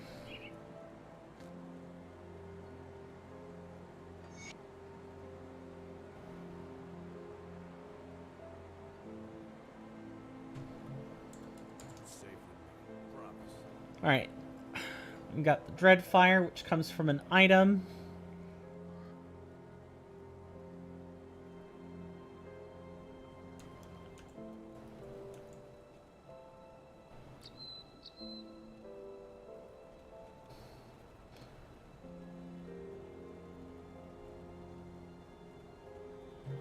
Okay. So we've got all of our wonderful, lovely skills. Topaz can go back in storage. Sorry about all the silence. Our gear definitely isn't perfect. It could be better. But I'm not complaining about the gear we have. Now, let's make another skeleton key. And we should be good to go. Hey, don't get killed out there. Oh, and let's also make ourselves look nice and pretty Good price of what I've got left. before continuing.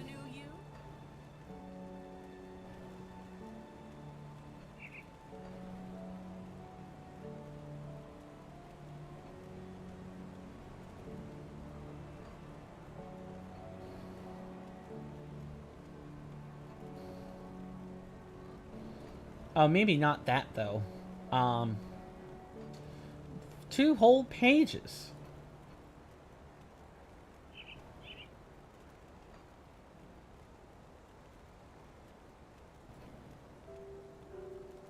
And these gauntlets, they're nice, but we don't really want them at the moment.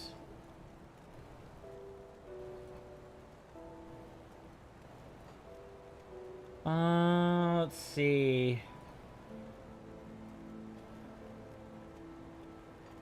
And I'm ready for a new hat. I don't know about anyone else.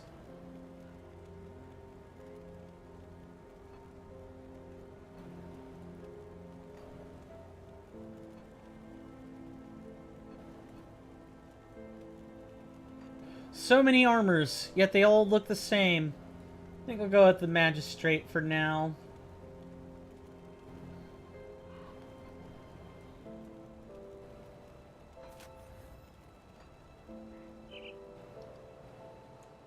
Alright, let's go show everyone. Let's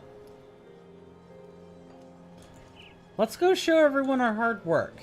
And by everyone, I mean, let's go show these enemies what our hard work looks like.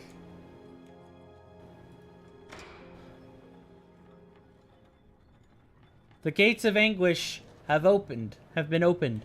Make haste, for they will not remain for long. Your connection to Rift Gates feels absent within this place. See?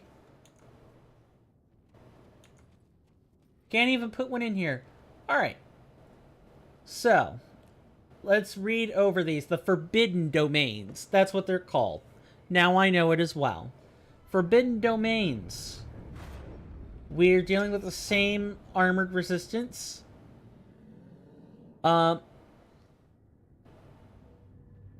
More crits, land critical strikes more often. This changed. This was crits hit harder, but they're less accurate. Total damage modified by -8%. Okay, offensive ability increased by 25, and 4% on top of that. So they're going to be accurate as hell. Last, we have Aether Warped. Are resistant to Aether, but more susceptible to Chaos. So they deal 80 additional Aether damage, which may be modified by other modifiers. 20% Aether damage on top of that. 8% Aether resistance, and -6% Chaos resistance. What can I say? We're in it for the long haul. Alright, let's do some setup. And by that I mean a very infinitesimally small amount of setup.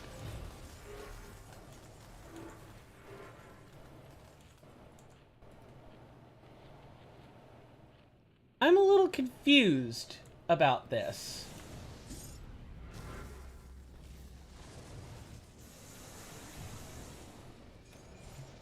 So far, so good. I'm making it out to be worse than it really is, but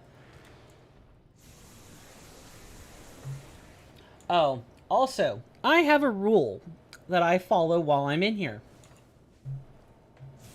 I do not loot greens in here.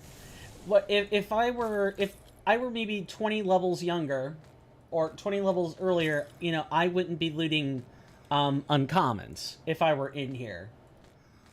Here I am breaking my own rules. Stop that. Yeah, no rares. Nothing except epics. Or, you know, the current gear of focus, because you don't know when you're getting out. And this particular one has multiple floors of all this. Multiple floors. So you don't want to fill your pockets and then suddenly have to keep tossing out loot.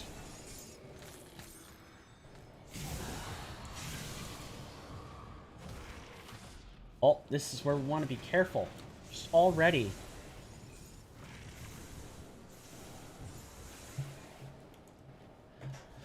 But I think our gear prep... Oh, God. I think our gear prep was absolutely worth it.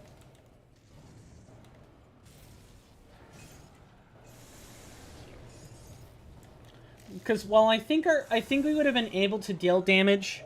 Don't carry greens. Not even a little bit.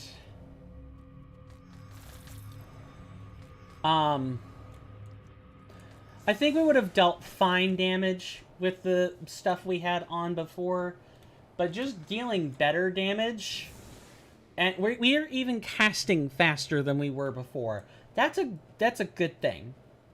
I'm glad we did this. I'm just sorry that it came at the cost of you know, being 20 minutes overtime and me being silent for a good chunk of it. Again, I don't intend to complete this now. I might try to, like, go half the floor or something. Also, any, like, potential for, you know, staying and taking things, that kind of needs to, like, disappear when we're in here. You cannot,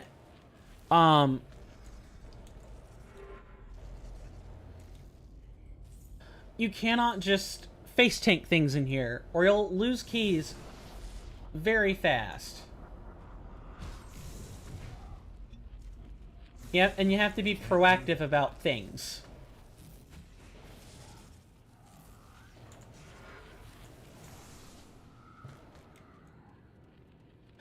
And all that, all of those, like, ground deep, like area of effect remnants that you thought you could stand in, just don't. Don't do it. You'll feel far happier after you've done that. So yeah, this is suffering.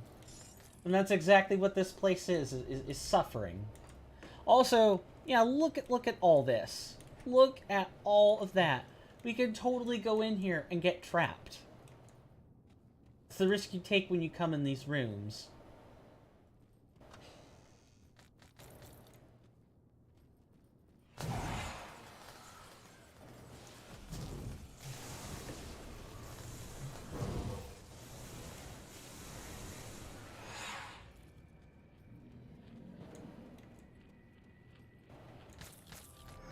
It didn't take long, but we could have died in here. This could have been our last room. So you gotta be careful when opening these trap rooms, or like these rooms with obvious iron bars in front of them.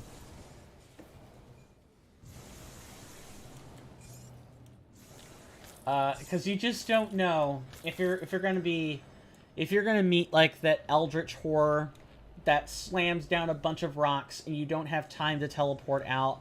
If you bump into these like landmine traps, or you meet another eldritch horror that might actually just you know, root you to the ground and then a bunch of enemies kill you. Yeah, some of the enemy placements in this kind of place are mean. They're really mean. And they mean business.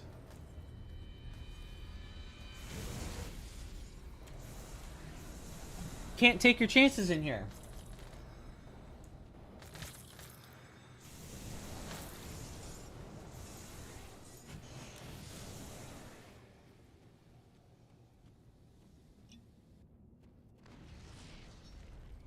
And you really just, if you see yourself low on health, you just gotta pop a potion. You gotta be patient. You gotta wait. I know. I always talk about being patient.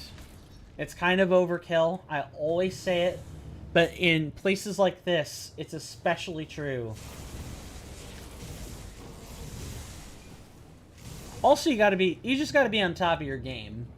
No teleporting into random places. No accidentally pressing the wrong button.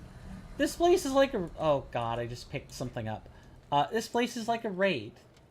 This place is like a greater rift in Diablo. These forbidden domains. You aren't given any purchase here. You aren't given any quarter. There's no mercy. You just have to be careful. Take your time. Don't go into a forbidden domain if you don't have the time.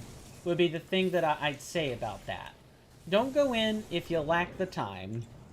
That is just a good way to lose resources. I think I might have said the same whole spiel twice. I just want to really point out. I just really want to point out how important it is.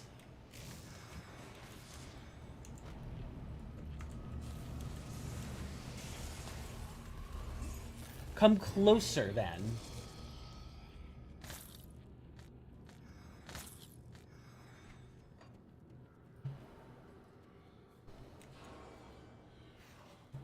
What the heck? Okay, well... I guess if I can't electrocute things, I'm just gonna have to use my pets.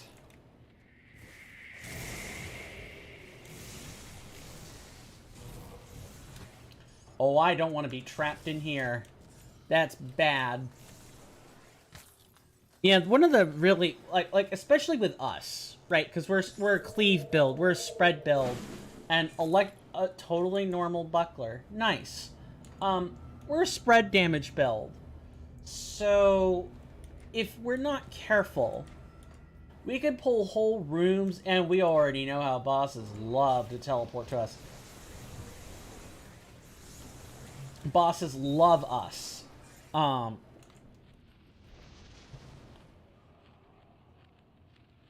misstep, and it's game over.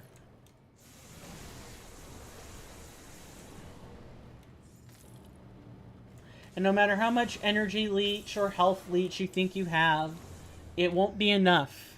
It won't be enough. And you'll be left sad, wondering why your build didn't let you take the damage you thought you could.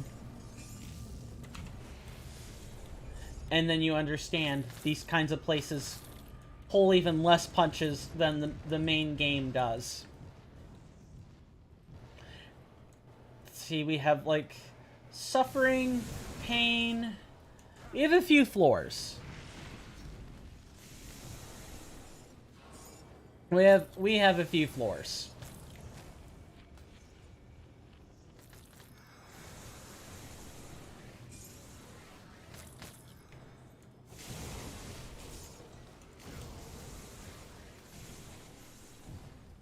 I love this build. I think I've said that already. Ha! I love what we put together. This is your build as much as it is mine. I mean, yes, I'm the one piloting, but this is our build.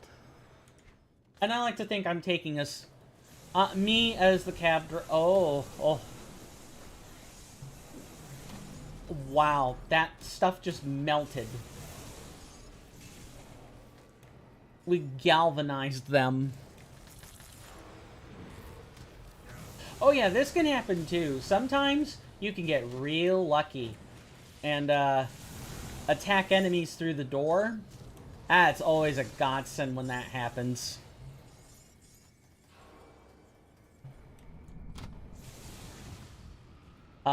Because then you can sort of cheat. You can kind of cheat at the game. You can cheat at the mod, rather. Especially if they, like, stick through the door. Take advantage. What? These enemies aren't going to give you any purchase. Aren't going to give you any quarter. Why should you?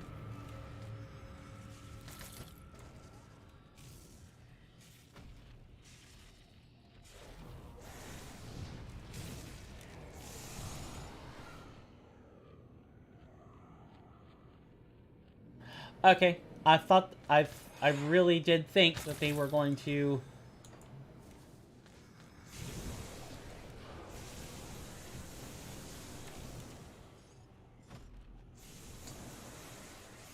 I really did think that those bars were still going to close for some reason. But they didn't. They didn't close. I haven't had a need to use Fervor yet. And I thought Fervor was a casting speed. Favor, not Fervor. Favor. I've been calling it Fervor for a while, guys. Oopsie.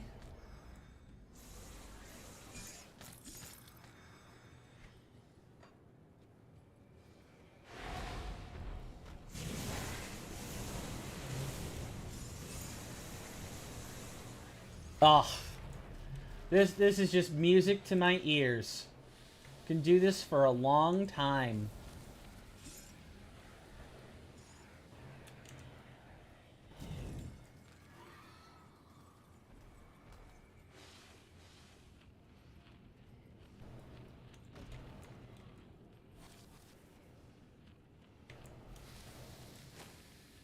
Well, definitely don't get caught up in that.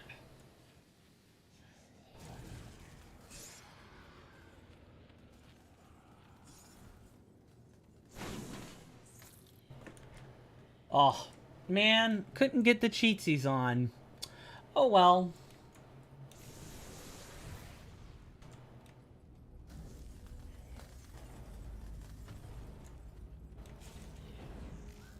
That skill's not ready.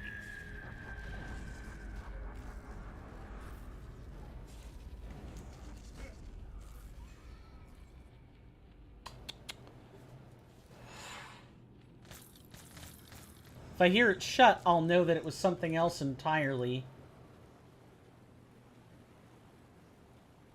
Okay. I think we were actually smart there.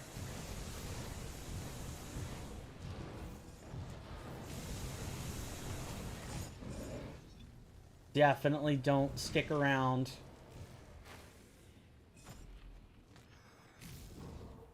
I can't do that yet. Yeah, kite them. Do what you gotta do.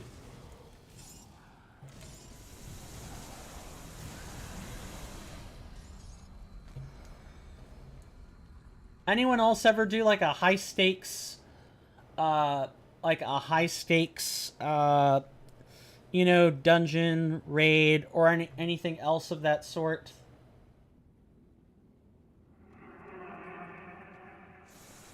This isn't my only foray into something like dangerous, but I've been through mythic. Was it mythic? I think it might have been heroic. I think we were trying to get to mythic. I've been through like heroic, one of the heroic Warlords of Draenor raids. It was rough. That was some of the most high stakes things I think I've ever done in terms of like the question.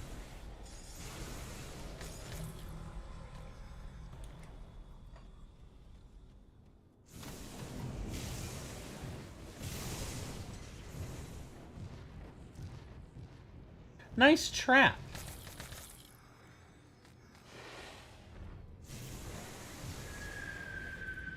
Decimated. What am I, a League of Legends announcer? Like a MOBA narrator? Triple kill. Yeah, no, I'm not one of those. I don't even think I could do a good job at that. Mainly because I suck at voiceovers. Okay, here's the moment of truth.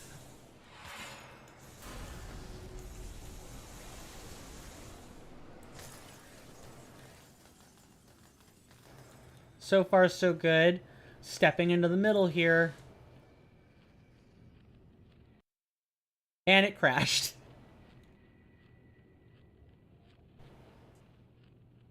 Can't even... Yep, uh-huh. That's a perfect way to end it. That's just perfect.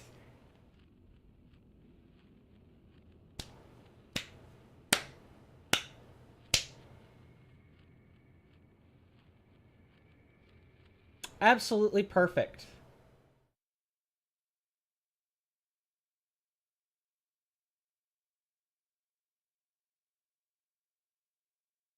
See? That's fine, I guess. Thank you guys so much for stopping by.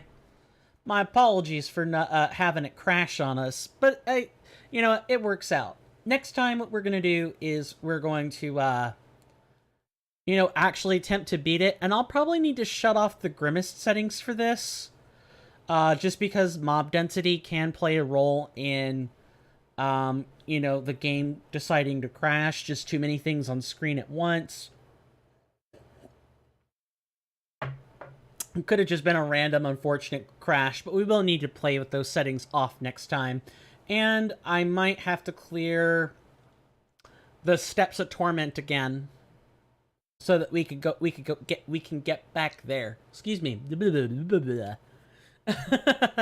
Okay, so for YouTube, for you guys, I'll be streaming on Sunday, over at Twitch, twitch.tv/coinstamp. Go check that out. It's in the link tree, which is in the description. That's the first place you should go. First place you should check is in the description. If you like this content, please feel free to leave me a follow. If for any, you know, this was a rather poor way to end today's stream, but fitting. Poor, but fitting. Needless to say,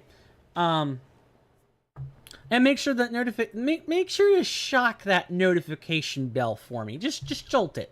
Just touch it. It won't hurt. Won't shock you back. No no negative feedback. I promise. That way you don't miss any more. That way you don't miss any Grim Dawn streams or anything else I do on YouTube for that matter. Other than that, if you want to get in touch with me, best ways to do that are through Twitter and eventually the Discord. That is not up for YouTube folks yet. It will be soon. It's just right now is kind of a bad time for me. I'm quite busy. But look forward to that. You can also come over to Twitch, drop a Prime sub, and totally get in there. And I do a Prime sub giveaway on every 15th, every 15th of the month. Or whichever day would be closest to the 15th. I give away a sub to a random person. Why did I say Twitch Prime? It has to be a tier 1. I give away one of those per month. Yeah, that's about all I have to say.